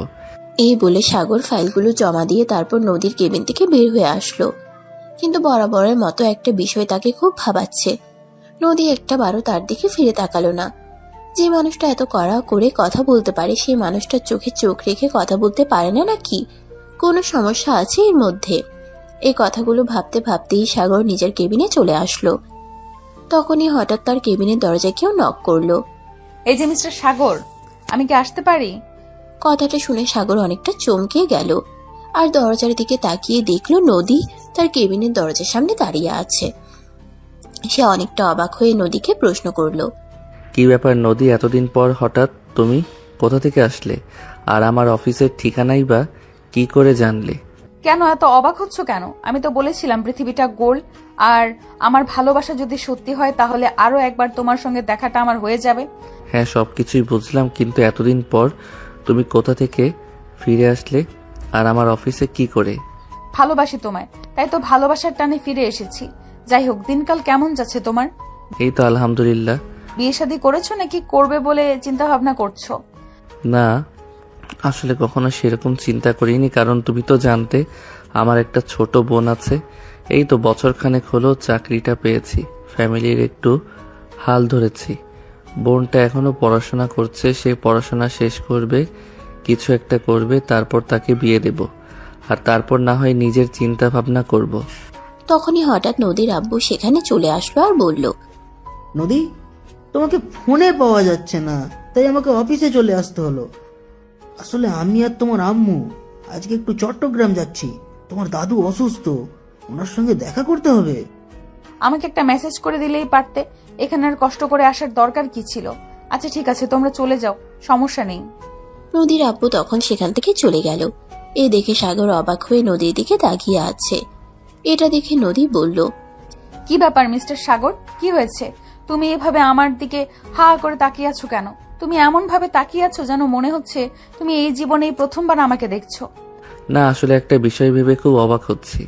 পৃথিবীটা আসলেই গোল। আমাকে অবশেষে ঘুরে ফিরে তোমার দ্বার প্রান্তেই ফিরে আসতে হলো। তুমি বিশ্বাস করো, আমি যদি জানতাম এই অফিসটা তোমার বাবার আর এই অফিসের এমডি স্যার তোমার বাবা, তাহলে আমি কখনো এই অফিসে চাকরি নিতাম না। কেন তুমি এখনো আমার ভালোবাসাকে অবহেলা করো? আমি তো তোমায় সত্যিই ভালোবাসি, তোমায় ভালোবেসে কাছে পেতে চেয়েছি। এটা তো আমার কোনো অন্যায় হতে পারে না। প্লিজ সাগর, তুমি এবার আর আমাকে ফিরিয়ে দিও না। আপনাকে কাছে টেনে নেওয়ার মতো কোনো শক্তিও আমার নেই, কারণ আপনি আমাদের অফিসের এমডি স্যারের একমাত্র আদরের রাজকন্যা। আপনাকে দূর থেকে ভালোবাসা যায়, যেমন আমরা আকাশের চাঁদকে ভালোবাসি, কিন্তু তাকে ছুঁয়ে দেখার সাধ্য নেই।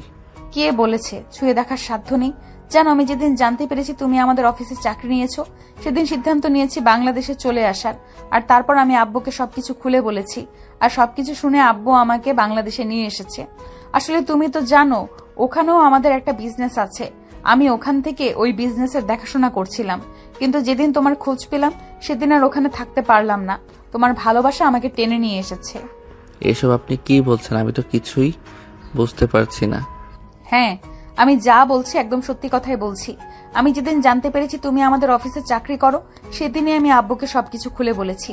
তাছাড়া আব্বু সবসময় তোমার প্রশংসা করত, তাই তোমাকে দেখার খুব ইচ্ছে হয়েছিল। তাই সেদিন আব্বু ভিডিও কলে তোমাকে দেখায়, আর তারপরে আমি নিশ্চিত হয়েছি এটা আমার সাগর, যাকে আমি খুব ভালোবাসতাম। তাই আমি আব্বুকে সবকিছু খুলে বলি, আর আব্বু সবকিছু মেনে নিয়েছে। তাই তো আমি আবার তোমার লাইফে ফিরে এসেছি। কিন্তু আর কোনো কিন্তু নয়, আমার আব্বু আম্মু আজ চট্টগ্রাম যাচ্ছি। আমার দাদু অসুস্থ, তাদের সঙ্গে দেখা করতে আগামীকালকেই ঢাকায় ফিরে আসবে। আর তার পরের দিন আমি আব্বুকে তোমার আম্মুর সঙ্গে কথা বলতে পাঠাবো। প্লিজ এবার তুমি না করো না। সত্যি তুমি আমাকে এতটা ভালোবাসো সেটা আমি জানতাম না। ভার্সিটি লাইফে তোমাকে কত অবহেলা করেছি, কত অপমান পর্যন্ত করেছি, কিন্তু তারপরেও তুমি সবসময় আমার পিছনে পড়ে রয়েছো। জানি না তুমি আমার মাঝে কি দেখতে পেয়েছো, আর এটাও জানি না যে তুমি যে স্বপ্ন নিয়ে আমায় ভালোবেসে যাচ্ছ সেই স্বপ্ন আমি কোনোদিনও পূরণ করতে পারবো কিনা। আমার স্বপ্ন আকাশ ছোঁয়া নয়, আমার স্বপ্ন এইটুকুই, আমি চাই শুধু তুমি আমায় ভালোবাসো আর সারা জীবন ভালোবেসে যাও, তাহলেই আমার হবে। আমি অট্টালিকা চাই না, আমি কুড়ে ঘরে থাকতে পারবো। আমি 3 বেলা 5 স্টার হোটেলে খেতে চাই না, 2 বেলার ডাল ভাত হলেই চলবে।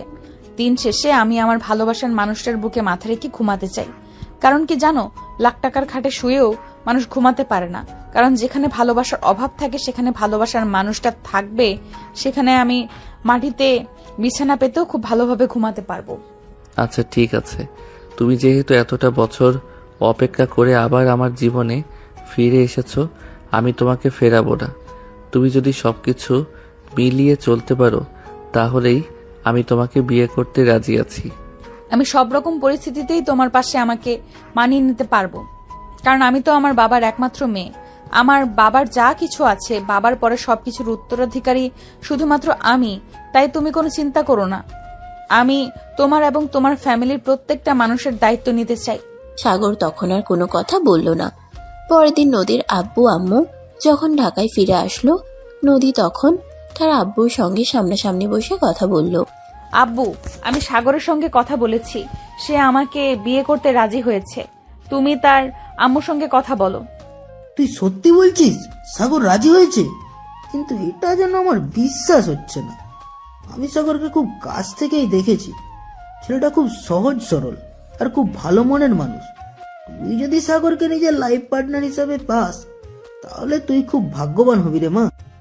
হ্যাঁ বাবা, সাগরকে আমি খুব কাছ থেকেই দেখেছি, তাই আমি সাগরকে ভালোবাসি। এখন আমার ভালোবাসার মানুষটাকে আমার কাছে এনে দেওয়ার দায়িত্বটা তোমার। ঠিক আছে মা, তুই কোনো চিন্তা করিস না। আমি আজকেই সাগরের আম্মুর সঙ্গে দেখা করব আর তোদের বিয়ের ব্যাপারেও কথা বলবো। অতঃপর সেদিন বিকেল বেলা নদীর আব্বু সাগরের আম্মুর সঙ্গে দেখা করতে তাদের বাড়িতে চলে গেল। তাদের ছোট্ট একটা বাড়ি। এখনো সাগর পাকা বাড়ি করে উঠতে পারেনি, কারণ সে তো সবেমাত্র ছোট্ট একটা চাকরি করছে, সংসার সামলাচ্ছে, বোনের পড়াশোনার খরচ চালাচ্ছে, সেই সঙ্গে মায়ের ওষুধের খরচ। নদীর আব্বু বাড়ির ভিতরে প্রবেশ করতেই সাগরের ছোট বোন দৌড়ে আসলো আর ওনাকে দেখে প্রশ্ন করলো, আসসালামু আলাইকুম আঙ্কেল, কে আপনি? আপনাকে তো চিনতে পারলাম না। ওয়ালাইকুম আসসালাম মামুনি, তুমি আমাকে চিনতে পারবে না। আমি তোমার ভাইয়া যে অফিসে চাকরি করে সেই অফিসের এমডি। আমি তোমার আম্মুর সঙ্গে দেখা করতে। তোমার আম্মু কোথায়? ওনাকে একটু ডেকে দিতে পারবে? কেন আঙ্কেল, কি হয়েছে? আমাকে প্লিজ বলবেন আমার ভাইকে কোন সমস্যা হয়েছে? আপনি প্লিজ আমাকে বলেন। না মামুনি, সেরকম কোনো বিষয় নেই। আমি তোমার আম্মুর সঙ্গে তোমার ভাইয়ের বিয়ের ব্যাপারে কথা বলতে এসেছি। তবে প্লিজ তুমি তোমার আম্মুকে একটু ডেকে দাও। ও, এই ব্যাপার? আচ্ছা ঠিক আছে আঙ্কেল, আপনি এসে বসুন, আমি এক্ষুনি আম্মুকে নিয়ে আসছি। আসলে আমি অনেকটা ভয় পেয়ে গিয়েছিলাম, আপনি বলছেন আমি আম্মুকে নিয়ে আসছি। এই কথা বলে তিশা ভিতরের রুমে চলে গেল আর তারপর তার আম্মুকে নিয়ে আসলো। সাগরের আম্মু আর নদীর আব্বু দুজনে সামনাসামনি বসে আছে। আসসালামু আলাইকুম। হ্যাঁ বলুন, আপনি আমার সঙ্গে কি ব্যাপারে কথা বলতে চান? ওয়ালাইকুম আসসালাম। আমি আসলে সাগরের বিয়ের ব্যাপারে কথা বলতে। হ্যাঁ বলুন। দেখুন, আমাদের তো এখনো আর্থিক অবস্থা এতটা ভালো হয়নি যে আমরা আরেকটা বাড়তি মানুষ খাওয়াতে পারবো। তাই আমরা এখানেই আমাদের ছেলের বিয়ের ব্যাপারে কিছু চিন্তা করছি না। আরে বিয়ান সাহেবা, আগে আপনি আমার কথাটা তো পুরোটা শুনেন, তারপর আপনার যা বলার আমাকে বলুন। কিন্তু আপনি তো আমাকে কোথায় শেষ করতে দিচ্ছেন না। ও আচ্ছা ঠিক আছে, বলুন আপনি কি বলতে চান। দেখুন, আপনাকে হয়তো বলা হয়নি যে নীল যে অফিসে চাকরি করে আমি সেই অফিসের। আমি এখন থেকে আমার ব্যবসার সমস্ত কাজ থেকে বিরতি নিয়েছি। এখন সবকিছু আমার মেয়ে সামনে, আর নদী আমার একমাত্র সন্তান। আমার পরে সমস্ত সম্পত্তির একমাত্র উত্তরাধিকারী নদীই হবে। দেখুন, আমি আপনাকে এ ব্যাপারে কোনো কথা বলতে পারলাম না। জীবনটা আমার ছেলের, তাই আমি চাই আমার ছেলের সমস্ত ব্যাপারে আমার ছেলে নিজ সিদ্ধান্ত নিক। তাই এটাই ভালো হবে যে আপনি আমার ছেলের সঙ্গে কথা বলুন। সাগরের সঙ্গে নদী কথা বলেছে, সাগর রাজি আছে, তাই আমি আপনার সঙ্গে কথা বলতে চলে আসলাম। এখন আপনি যদি রাজি থাকেন তাহলে আমি শুভ কাজটা সেরে ফেলতে পারি। তাছাড়া দেখুন, আমার মেয়েটা সেই ভার্সিটি লাইফ থেকে আপনার ছেলেটাকে পছন্দ করে, তো আর এত বছর পরেও আপনার ছেলের জন্যই অপেক্ষা করে রয়েছে। কতবার আমি তাকে বিয়ের জন্য প্রেসার দিয়েছি, কিন্তু সে কোনোদিনই বিয়ের জন্য রাজি হয়নি, কারণ সে সাগরকে সত্যিই মনে প্রাণে ভালোবাসতো। আম্মু, আঙ্কেল মনে হয় একদম সত্যি কথাই বলেছে, কারণ আমিও দেখেছি এই যুগের ছেলেরা কত সৎ প্রেম করে। কিন্তু তোমার ছেলেকে কোনোদিন কোনো মেয়ের দিকে ফিরে তাকাতেও দেখিনি। তাই আমি বলি তুমি সম্মতি দিয়ে দাও, আর শুভ কাজটা ভালোই হয়ে যাক। আচ্ছা ঠিক আছে, আপনি যখন বলছেন আমি রাজি আছি। তবে আমার ছেলের সঙ্গে আরও একবার আপনি নিজে কথা বলেন নেবেন। সে যদি রাজি না থাকে তাহলে এই বিয়েটা করানোর খুব একটা প্রয়োজন আছে বলে আমি মনে করি না। ঠিক আছে, আপনি কোনো চিন্তা করবেন না, আমি আরো একবার সাগরের সঙ্গে কথা বলে নেব। দেখুন, আমি আপনার চিন্তা ভাবনা করে তারপরেই কিন্তু আপনার এখানে এসেছি। আমার মনে হয় সাগর এতে রাজি আছে, তা না হলে নদী আমাকে এভাবে জোর দিয়ে বলতো না। যাই হোক, আজ তাহলে আসি আমি। আরে এটা আপনি কি বলছেন? আমাদের ছেলেমেয়েদের মধ্যকার সম্পর্কটা হোক বা না হোক, আপনি বাড়ির মেহমান, প্রথমবার আমাদের বাড়িতে এসেছেন, খালি মুখে চলে যাবেন এটা তো হতে পারে না। তিশা, দেখো মিষ্টি আছে, তোমার আঙ্কেলের জন্য মিষ্টি নিয়ে আসো। হ্যাঁ আম্মু, আমি এক্ষুনি নিয়ে আসছি। আর আঙ্কেল, আপনি আমাকে 5টা মিনিট সময় দিন, আমি কিন্তু খুব ভালো করে কফি বানাতে পারি। আপনার জন্য 1 কাপ কফি বানিয়ে নিই, আপনার খেতে খুব ভালো লাগবে। ঠিক আছে মামুনি, তাই নিয়ে এসো। আমি আবার কফি খেতে খুব পছন্দ করি। তুমি যখন বলছো তুমি খুব ভালো কফি বানাতে পারো, তাহলে তো আমি 5 মিনিট বসতেই পারি। এই বলে সাগরের আম্মু আর এমডি স্যার ড্রয়িং রুমে বসে গল্প করতে থাকলো। এদিকে তিশা কিচেনে গিয়ে 1 কাপ গরম গরম কফি বানিয়ে আনলো আর ফ্রিজ থেকে কিছু মিষ্টি নিয়ে আসলো। নাস্তা শেষ হলে এমডি স্যার সাগরের আম্মুর থেকে বিদায় নিয়ে বের হয়ে চলে গেল। তখনই নদী তার আব্বুকে ফোন দিল। তা কি ব্যাপার আব্বু, তুমি কি সাগরের আম্মুর সঙ্গে কথা বলতে গিয়েছিলে? সাগরের আম্মু কি বললো? হ্যাঁ, আমি ওনার সঙ্গে কথা বলেছি, আমি ওনাকে সবকিছু বুঝিয়ে বলেছি, আর উনি রাজিও হয়ে গেছেন। তারপরে উনি বলেছেন আরো একবার সাগরের সঙ্গে কথা বলে নিতে। সাগর যদি এই বিয়েতে রাজি থাকে তাহলে উনি এই বিয়েতে রাজি, নয়তো উনি রাজি নন। তাছাড়া উনি সবটাই সাগরের উপর। আচ্ছা ঠিক আছে, আমি বাসায় এসে তারপর তোমার সঙ্গে কথা বলবো। এবারে নদী ফোনটা কেটে দিল, আর এদিকে কিছু করার মতোই সাগর তার কেবিনে আসলো। May I come in madam? এই তোমাকে না বলেছি তুমি এখন আর আমাকে ম্যাডাম ম্যাডাম বলে ডাকবে না। কয়েকদিনের মধ্যেই আমাদের বিয়ে হতে চলেছে, আমি তোমার বউ হব, তুমি আমাকে নাম ধরে ডাকবে। আগে বিয়েটা তো হোক, তারপর না হয় নাম ধরে ডাকা যাবে।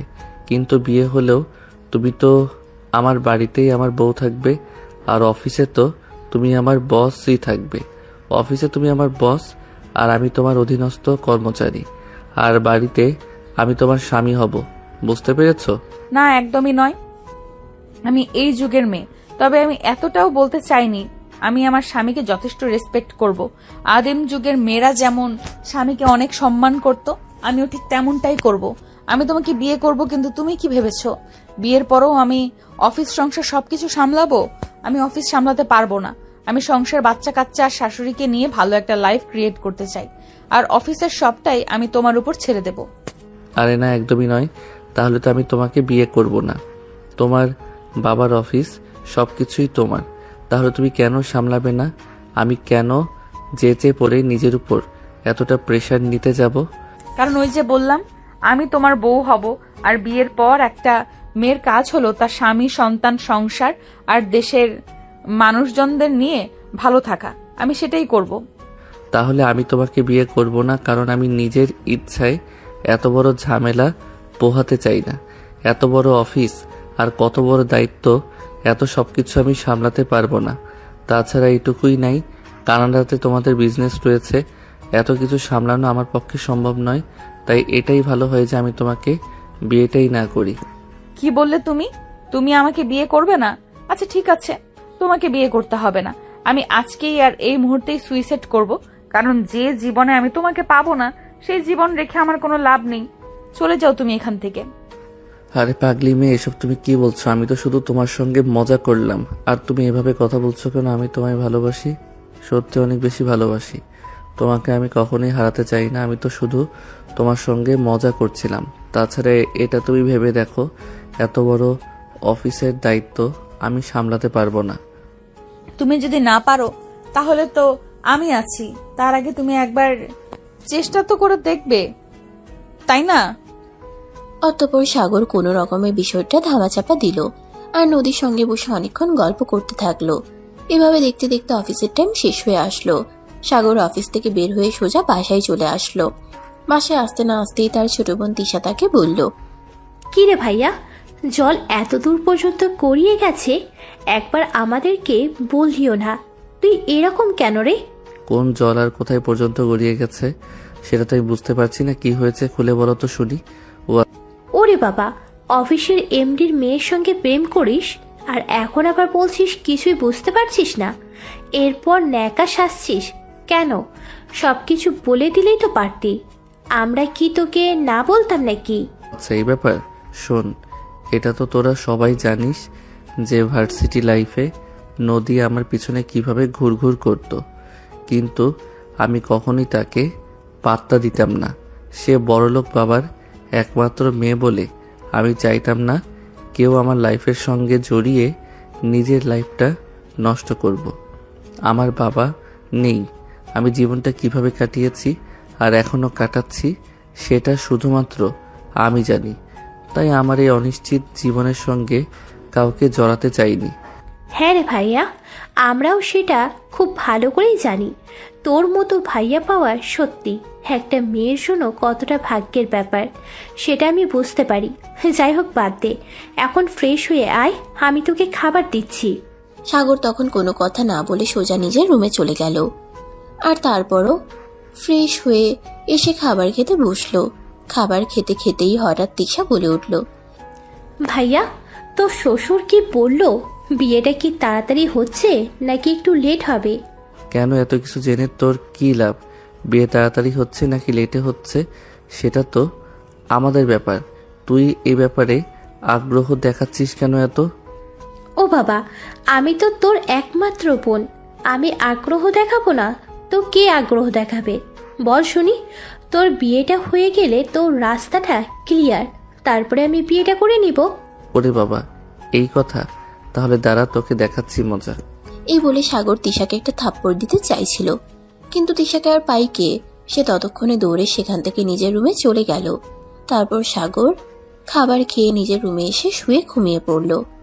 রাত তখন 12টা বাজে। তখনই নদী তাকে ফোন দিল। সাগর ঘুমিয়ে পড়েছিল, ঘুম ঘুম চোখে ফোনটা রিসিভ করলো। হ্যালো, হ্যাঁ বলো। আরে তুমি তো আচ্ছা মানুষ, বিয়ের আগে কয়েকদিন চুটিয়ে প্রেম করব আর তা না করে তুমি আমাকে ফোন না দিয়ে ঘুমিয়ে পড়েছো। আমি তো ভেবেছিলাম বাসায় গিয়ে খাওয়া দাওয়া করে তুমি আমাকে ফোন দেবে, কিন্তু এখন রাত 12টা বেজে গেল, আমি এইদিকে অপেক্ষা করছি আর তুমি ঘুমিয়ে পড়েছো। ও আসলে শরীরটা ক্লান্ত লাগছিল তো, তাই খাওয়া দাওয়া করে রুমে এসে ঘুমিয়ে পড়েছিলাম। তুমি রাতের খাবার খেয়েছো তো? হ্যাঁ, আমি তো অনেকক্ষণ আগেই রাতের খাবার খেয়ে নিয়েছি, আর তারপরে তো তোমার ফোনের জন্য অপেক্ষা করছিলাম। আমি তো ভেবেছিলাম তুমি একটা ফোন অন্তত দিবে। তারপর দুজনে মিলে বেশ কিছুক্ষণ কথা বলল, আর তারপর ফোন রেখে দিয়ে ঘুমিয়ে পড়ল। এভাবেই চলছিল তাদের দিনগুলো। দেখতে দেখতে প্রায় 1 মাস সময় কেটে গেল। ইতিমধ্যে সাগরের আম্মু আর নদীর আব্বু মিলে কথা বলে তাদের বিয়ের দিন তারিখ ফাইনাল করেছে। কিছুদিনের মধ্যেই তাদের বিয়ে, তাই বিয়ের কেনাকাটা চলছে। তাই তো নদী আর অফিস থেকে তিশাকে ফোন দিল। আসসালামু আলাইকুম, কি ব্যাপার নন্দিনী, কেমন আছো? ওয়ালাইকুম আসসালাম। এই তো ভাবি, আল্লাহর রহমতে ভালোই আছি। তুমি কেমন আছো? হ্যাঁ, ভালোই আছি। একটা কাজ করো, তুমি আজ বিকেলে 3টার দিকে আমার অফিসে চলে এসো। আমি তোমাকে নিয়ে একটু শপিং করতে যাব। বিয়ের তারিখ তো কাছাকাছি চলে এসেছে, কিন্তু এখনো কোনো কেনাকাটাই করা হলো না। তাই ভাবছি আজ একবার তোমাকে নিয়ে একটু শপিং মলে যাব। বিয়ের বেনারসি আর কিছু অর্নামেন্টস চুজ করব। তার জন্য আবার আমাকে ফোন দেওয়া লাগে নাকি? তোমার জামাই তো অফিসেই আছে, তোমার জামাইকে নিয়ে চলে যাও, তাহলেই তো হলো। এই একদম খোটা মেরে কথা বলবে না। সে অফিসে আছে, তাতে কি হয়েছে? তুমি আমার 10টা না 5টা না একটা মাত্র আদরের ননদিনী। তোমার কাছে কি আমি এইটুকু আবদার করতে পারি না নাকি? তাড়াতাড়ি বিকেল বেলা চলে এসো। আর তাছাড়া আমি কি শুধু আমার একার জন্য শপিং করব নাকি? আমার বিয়েতে আমি যেরকম ড্রেস পরবো, যেরকম অর্নামেন্টস পরবো, তুমিও ঠিক সেরকমই ড্রেস আর অর্নামেন্টস পরবে। এটা আমার ইচ্ছে, কারণ আমার তো নিজের কোনো ভাই বোন নেই। যদি তোমাকে আমার বোন হিসেবে পাই, তাহলে আমার জীবনটা ধন্য হয়ে যাবে। হয়েছে হয়েছে, আমাকে আর পাম দিতে হবে না। ঠিক আছে, আমি বিকেলবেলায় চলে আসবো। এগুলো বলে নদী ফোনটা কেটে দিল। আর এদিকে বিকেল 2:30 বাজতে না বাজতেই সে রেডি হয়ে বাসা থেকে বের হয়ে পড়ল। তখনই তার বয়ফ্রেন্ড নিলয় তাকে ফোন করে। হ্যালো বেবি, কি করছো? তুমি তো জানোই সামনে আমার ভাইয়ের বিয়ে, তাই ভাবি আমাকে ফোন করে বলল অফিসে চলে যেতে, আর সেখান থেকে আমাকে নিয়ে শপিং করতে যাবে। ও তাই বুঝি? তাহলে আমার জন্য কি আনবে সেটা তো বললে না। হাজার হোক, একমাত্র শালাবাবুর বিয়ে বলে কথা, সেখান থেকে কিছু অন্তত আশা করতেই পারি। শালা বাবু তো তোমার, তাহলে তুমি আমাকে কেন বলছো? তুমি নিজেই তোমার শালাবাবুকে বলে দাও না, শালাবাবুর বিয়েতে তোমার কি গিফট চাই। দূর, তুমিও না যা তা। শ্বশুরবাড়ির মানুষের কাছ থেকে গিফট চেয়ে নিতে হয় নাকি? শ্বশুরবাড়ির মানুষ যখন মনে চাইবে তখন তারা নিজে থেকেই আমাকে গিফট করবে। আমি কেন তাদের কাছ থেকে চেয়ে নেব?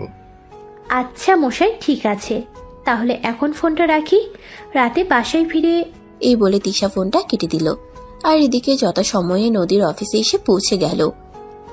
তিশা নদীর কেবিনের দিকে যাচ্ছিল, তখনই হঠাৎ সাগর নিজের কেবিন থেকে বের হলো আর তিশাকে অফিসে দেখতে পেয়ে বলল, কি রে, তুই হঠাৎ অফিসে কেন? মানে ভাবি তোমাকে কিছু বলেনি? একটু আগে ভাবি তো আমাকে ফোন দিয়ে বলল অফিসে চলে আসতে। ভাবি নাকি আমাকে নিয়ে শপিংয়ে যাবে। ওরে বাবা, এখনো বিয়েটাই হলো না আর তুই ভাবি বানিয়ে নিলি?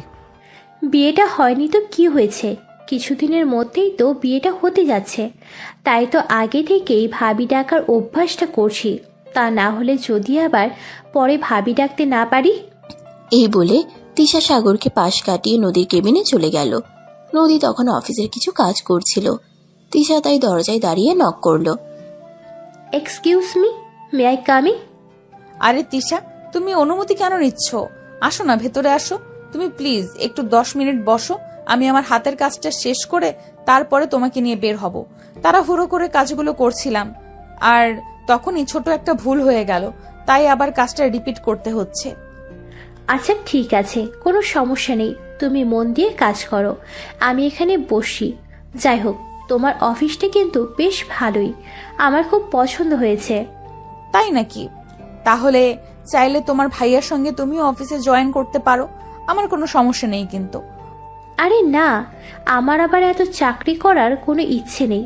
বিয়ের আগে ছোট্ট একটা চাকরি নিব, আর তারপর সংসার করে জামাইকে নিয়ে ভালো থাকবো। আর জামাই যদি আমাকে বলে চাকরি করতে হবে না, তাহলে করব না, দ্যাটস ইট। ও তাহলে তো খুবই ভালো, দাঁড়াও আমি তোমার জন্য কফির অর্ডার করি। এই বলে নদী তখনই তার পিয়নকে কফি নিয়ে আসতে বলল আর নিজের কাজগুলো করতে লাগলো। এভাবে 10 মিনিটের মধ্যেই নদীর কাজ হয়ে গেল আর এদিকে তিশার কফি খাওয়াও হয়ে গেল। তারপর দুজনে মিলে অফিস থেকে বেরিয়ে প্রায় তখন রাত 10টা বেজে গেছে। তারা দুজনে তখনও কেনাকাটা করছে। তাদের কেনাকাটা যেন শেষ হতেই চাইছে না। তখনই সাগর নদীকে ফোন দিল। আরে কই তোমরা? তিশা এখনো বাসায় ফিরেনি কেন? তিশা বাসায় ফিরবে কোথা থেকে? আমরা তো এখনো শপিং মল থেকেই বের হইনি। চিন্তা করো না, আমি আমার ড্রাইভারকে দিয়ে তিশাকে বাসায় পৌঁছে দেব। এই সবে মাত্র শপিং শেষ হলো, আমরা দুজনে ডিনার করব আর তারপরেই বাসায় ফিরবো। তোমরা এখনই যা শুরু করেছো, আমি বুঝতে পারছি না আমার ভবিষ্যৎ দিন কিভাবে যাবে। এখনো বিয়েটাই হলো না আর এখনই হব। ননদীকে নিয়ে রাত 10টা পর্যন্ত শপিং মলে শপিং করছো। আল্লাহ জানে আমার কপালে কি হতে চলেছে। এই দেখো, একদম বেশি কথা বলবে না। এত কথা বলা কিন্তু আমার একদমই পছন্দ নয়, এটা তুমি খুব ভালো করেই জানো। তাই চুপচাপ শুয়ে পড়ো, ঘুমিয়ে পড়ো। আমি বাসায় গিয়ে তারপর তোমাকে ফোন দেব। আর তিশাকে নিয়ে চিন্তা করতে হবে না, তিশা সময় মতো বাসায় পৌঁছে যাবে। এই কথা বলে নদী ফোনটা কেটে দিল আর তারপর দুজনে বাসার উদ্দেশ্যে রওনা দিল। নদীর বাসার সামনে এসে নদী গাড়ি থেকে নেমে পড়লো আর তিশাকে বলল, সাবধানে যেও। আর ড্রাইভার আঙ্কেল, আপনি ওকে বাসায় পৌঁছে ভেতরে দিয়ে তারপরেই কিন্তু আসবেন। ঠিক আছে, তুমি কোনো চিন্তা করো না, আমি ঠিকমতো বাসায় পৌঁছে যাব। অতঃপর নদী বাসার ভিতরে ঢুকে গেল আর এদিকে তিশা গাড়িতে করে বাসায় চলে গেল। সে যখন বাড়িতে ঢুকলো তখন রাত আনুমানিক 11টার মতো বাজে। কলিং বেল চাপ দিতেই তার আম্মু এসে দরজা খুলে দিল আর তাকে দেখে একটু রেগে গিয়ে বলতে লাগলো, এই এত রাত করে কেউ বাড়িতে ফেরে? আমি কি করব আমাকে বলো। তোমার বৌমা শপিং করতে গেছে, তার শপিং যেন শেষই হতে চাইছে না, তাই তো এত রাত হয়ে গেল। এখানে আমার কি দোষ বলো আমাকে? আচ্ছা ঠিক আছে, এখন টেবিলে খাবার রাখা আছে, চুপচাপ খেয়ে রুমে গিয়ে ঘুমিয়ে পড়। আমি তো বাইরে থেকে খাবার খেয়ে এসেছি, এখন আর খাবো না। যাও তুমি গিয়ে ঘুমিয়ে পড়ো, আর আমিও ঘুমিয়ে পড়বো। এই কথা বলে তিশা সেখান থেকে সোজা নিজের রুমে চলে গেল আর তারপর ঘুমিয়ে পড়ল। এদিকে পরের দিন সকালবেলা ঘুম থেকে উঠেই সাগর তিশার রুমে চলে যায় আর তিশাকে বলে, কিরে, কাল তোরা দুজনে একা একাই শপিং মলে চলে গেলি আর নিজেরাই শপিং আর খাওয়া দাওয়া করে চলে আসলি, আমার জন্য কিছু আনলি না কেন? এই কথা তুই আমাকে কেন বলছিস? তুই তোর বউকে বলতে পারিস না? তোর বউই তো আমাকে নিয়ে শপিং করতে চলে গেল, আমি তো আর নিজের পয়সায় শপিং করিনি। তাছাড়া আমাকে তো আর তোর শপিং করার জন্য কোনো টাকা দিয়ে দিসনি যে আমি তোর জন্য কিছু নিয়ে আসবো। তোরা একদম যাতা। এই বলে সাগর তিশা রুম থেকে বের হয়ে নিজের রুমে চলে গেল। তারপর ফ্রেশ হয়ে নাস্তা করে অফিসে চলে আসলো। এরপর দেখতে দেখতে আরো কিছুদিন সময় কেটে গেল। আজ নদী আর সাগরের গায়ে হলুদ, তাই সকালবেলা সাগরের গায়ে হলুদের আয়োজন করা হয়েছে। সাগরের গায়ের ছোঁয়ানো হলুদ দিয়েই নদীর গায়ে হলুদ হবে, তাই তার বন্ধুরা এসেছে, সাগরকে ধুতি আর পাঞ্জাবি পরানো হয়েছে। তারপর রেডি করে গায়ে হলুদের স্টেজে নিয়ে যাওয়া হলো। সবাই মিলে অনেক হই হুল্লোড় আর আনন্দ উল্লাস করলো। আর তারপরই তিশা তার বান্ধবী আর কাজিনদের নিয়ে নদীর পাড়ে যাওয়ার উদ্দেশ্যে রওনা দিল। গায়ে হলুদের তথ্যগুলো রেখে সোজা নদীর রুমে চলে গেল। রুমে গিয়ে দেখতে পেল নদী রেডি হয়ে বসে আছে। আসসালামু আলাইকুম ভাবি, কি অবস্থা, কেমন আছো? ওয়ালাইকুম আসসালাম। এই তো বসে বসে ভাবছি কবে তোমার ভাইয়ার সঙ্গে বাসর করব, কখন তোমার ভাইয়ার সঙ্গে একটু রোম্যান্স করব। ধুর ভাবি, তুমিও না একদম জাতা, মুখে যা আসে তাই বলে দাও, একটু মুখে আটকায় না। তোমার লজ্জা করে না এইসব বলতে? তোমার লজ্জা করবে কেন? তুমি আমার বোনের মতো ছোট্ট একটা আদরের ননদিনী, তোমাকে কোনো কথা বলতে গেলে আমার লজ্জা করবে কেন? আমি তো এখন থেকে ভাবছি তোমাকে আমি আমার বন্ধুর মতো মনে করব আর আমার জীবনের সবকিছু শেয়ার করব। হ্যাঁ, সে না হয় ঠিক আছে, তাই বলে তুমি আমার ভাইয়ের সঙ্গে রোম্যান্স করবে, সেগুলো আমাকে বলতে তোমার একটু লজ্জা করবে না? না, করবে না, কারণ আমি যাকে বন্ধু মনে করি তাকে আমি আমার সবকিছুই বলি। তাহলে তোমাকে বলতে আমার লজ্জা করবে কেন? যাই হোক, তোমার ভাইয়া কি করে? আজ তো সারা দিন তোমার ভাইয়ার সঙ্গে কথাই বলা হলো না। আমার ফোনটা আমার কাজিনটা নিয়ে নিয়েছে, বলেছে বিয়ের আগে নাকি আর জামাইয়ের সঙ্গে কথা বলতে দেবে না। একদম ভালো কাজ করেছে। সারাদিন শুধু জামাই জামাই আর জামাই। চারপাশে যে আরো কত মানুষ আছে তাদের দিকে কোনো নজর দাও না তুমি। সারাক্ষণ শুধু তুমি তোমার জামাইকে নিয়ে রোম্যান্স করতে চাও। তো কি করব? আমি যেই মানুষটার জন্য এত বছর ধরে অপেক্ষা করে আছি, ফাইনালি সেই মানুষটাকে আমি আমার নিজের করে পেতে চলেছি। তাহলে আমি আনন্দ করব না তো কে আনন্দ করবে বলো শুনি? হ্যাঁ, সেটাও তো ভাবতে হয়। আচ্ছা যাই হোক, এখন নিচে চলো, বিকেল হয়ে আসছে। তোমাকে হলুদ দিয়ে আবার বাসে ফিরে যেতে হবে। এই বলে তিশা নদীকে তাদের বাড়ি থেকে নিয়ে আসা গায়ে হলুদের তথ্য থেকে শাড়ি আর জুয়েলারি পরিয়ে নিচে নিয়ে গেল। আর তারপর হলুদের অনুষ্ঠান শেষ হলে খাওয়া দাওয়া শেষ করে তারপর তার কাজিন আর বান্ধবীদের নিয়ে বাড়িতে চলে আসলো। এদিকে বাড়িতে আসতে না আসতেই সাগর দৌড়ে তিশার কাছে আসলো আর বলল, এই তিশা, নদীর ফোন কি হয়েছে? আমি সেই কখন থেকে নদীকে ফোন দিচ্ছি, নদী আমার ফোন তুলছে না কেন? ওরে বাবা, বইয়ের জন্য বুঝি মন পড়ছে? কিন্তু মন পুড়লেও কিছু করার নেই। যতক্ষণ না পর্যন্ত ভাবিকে এই বাড়িতে নিয়ে আসা হচ্ছে ততক্ষণ পর্যন্ত তুমি ভাবির সঙ্গে কোনো কথা বলতে পারবে না। একদম একটা চটকারা মেরে সবকটা দাঁত ফেলে দেব। বলে দিলাম, আমার বউয়ের সাথে আমি কখন কথা বলবো, কখন দেখা করব, সেটা আমার ব্যক্তিগত ব্যাপার। এ ব্যাপারে কথা বলার তুই কে? আমি কেউ না, তবে যারা এটা করেছে তাদের কিছু বলছো না কেন? তোমার শালীরা তো তোমার বইয়ের কাছ থেকে মোবাইল ফোন ছিনিয়ে নিয়েছে। তারা বলেছে বিয়ের আগে আর তোমার সঙ্গে কথা বলতে দেবে না। তাহলে তুমি আমাকে অযথায় রাগ দেখাচ্ছ কেন? আমি কি জানতাম নাকি এটা? আচ্ছা ঠিক আছে, তোকে সরি, আমার ভুল হয়ে গেছে, আমাকে ক্ষমা করে দে। আর কখনো এরকম করব না। এবার তো হয়েছে। হয়নি, এখনো আগে তুমি কান ধরে মাফ চাও, তাহলেই হবে। তা না হলে তোমার সঙ্গে আর কোনো কথাই বলবো না। আর আজকে বাড়ি থেকে চলে যাব। তোর বিয়ে তুই একা একাই কর। আরে বাবা, লক্ষ্মী বোন আমার এরকম করে না। তুই আমার 10টা না 5টা না, একটা মাত্র আদরের ছোট বোন। তুই যদি এখান থেকে চলে যাস তাহলে আমার বিয়ের আনন্দটাই তো মাটি হয়ে যাবে। তাহলে আমার বিয়ের কোনো আনন্দই আর আমার লাগবে না। প্লিজ বোন, এরকম করিস না। এই যে আমি কান ধরে সরি বলছি, তুই আমাকে এবারের মতো ক্ষমা করে দে। আচ্ছা ঠিক আছে, এখন ভিতরে চলো। এই বলে তিশা সাগরকে নিয়ে ভিতরে চলে আসে আর সবাই মিলে অনেক আনন্দ করতে থাকে। এভাবে দেখতে দেখতে রাত পেরিয়ে কখন যে সকাল হয়ে গেল তারা বুঝতেই পারলো না। সকালবেলা তিশা তার ভাইয়াকে বলল, ভাইয়া, সকাল 8টা বেজে গেছে। একটু পরে তোকে তো শ্বশুর বাড়ি যেতে হবে তোর বউকে নিয়ে আসার জন্য। হ্যাঁ রে, সত্যি আমার যে আজ কি আনন্দ লাগছে তোকে বলে বোঝাতে পারবো না।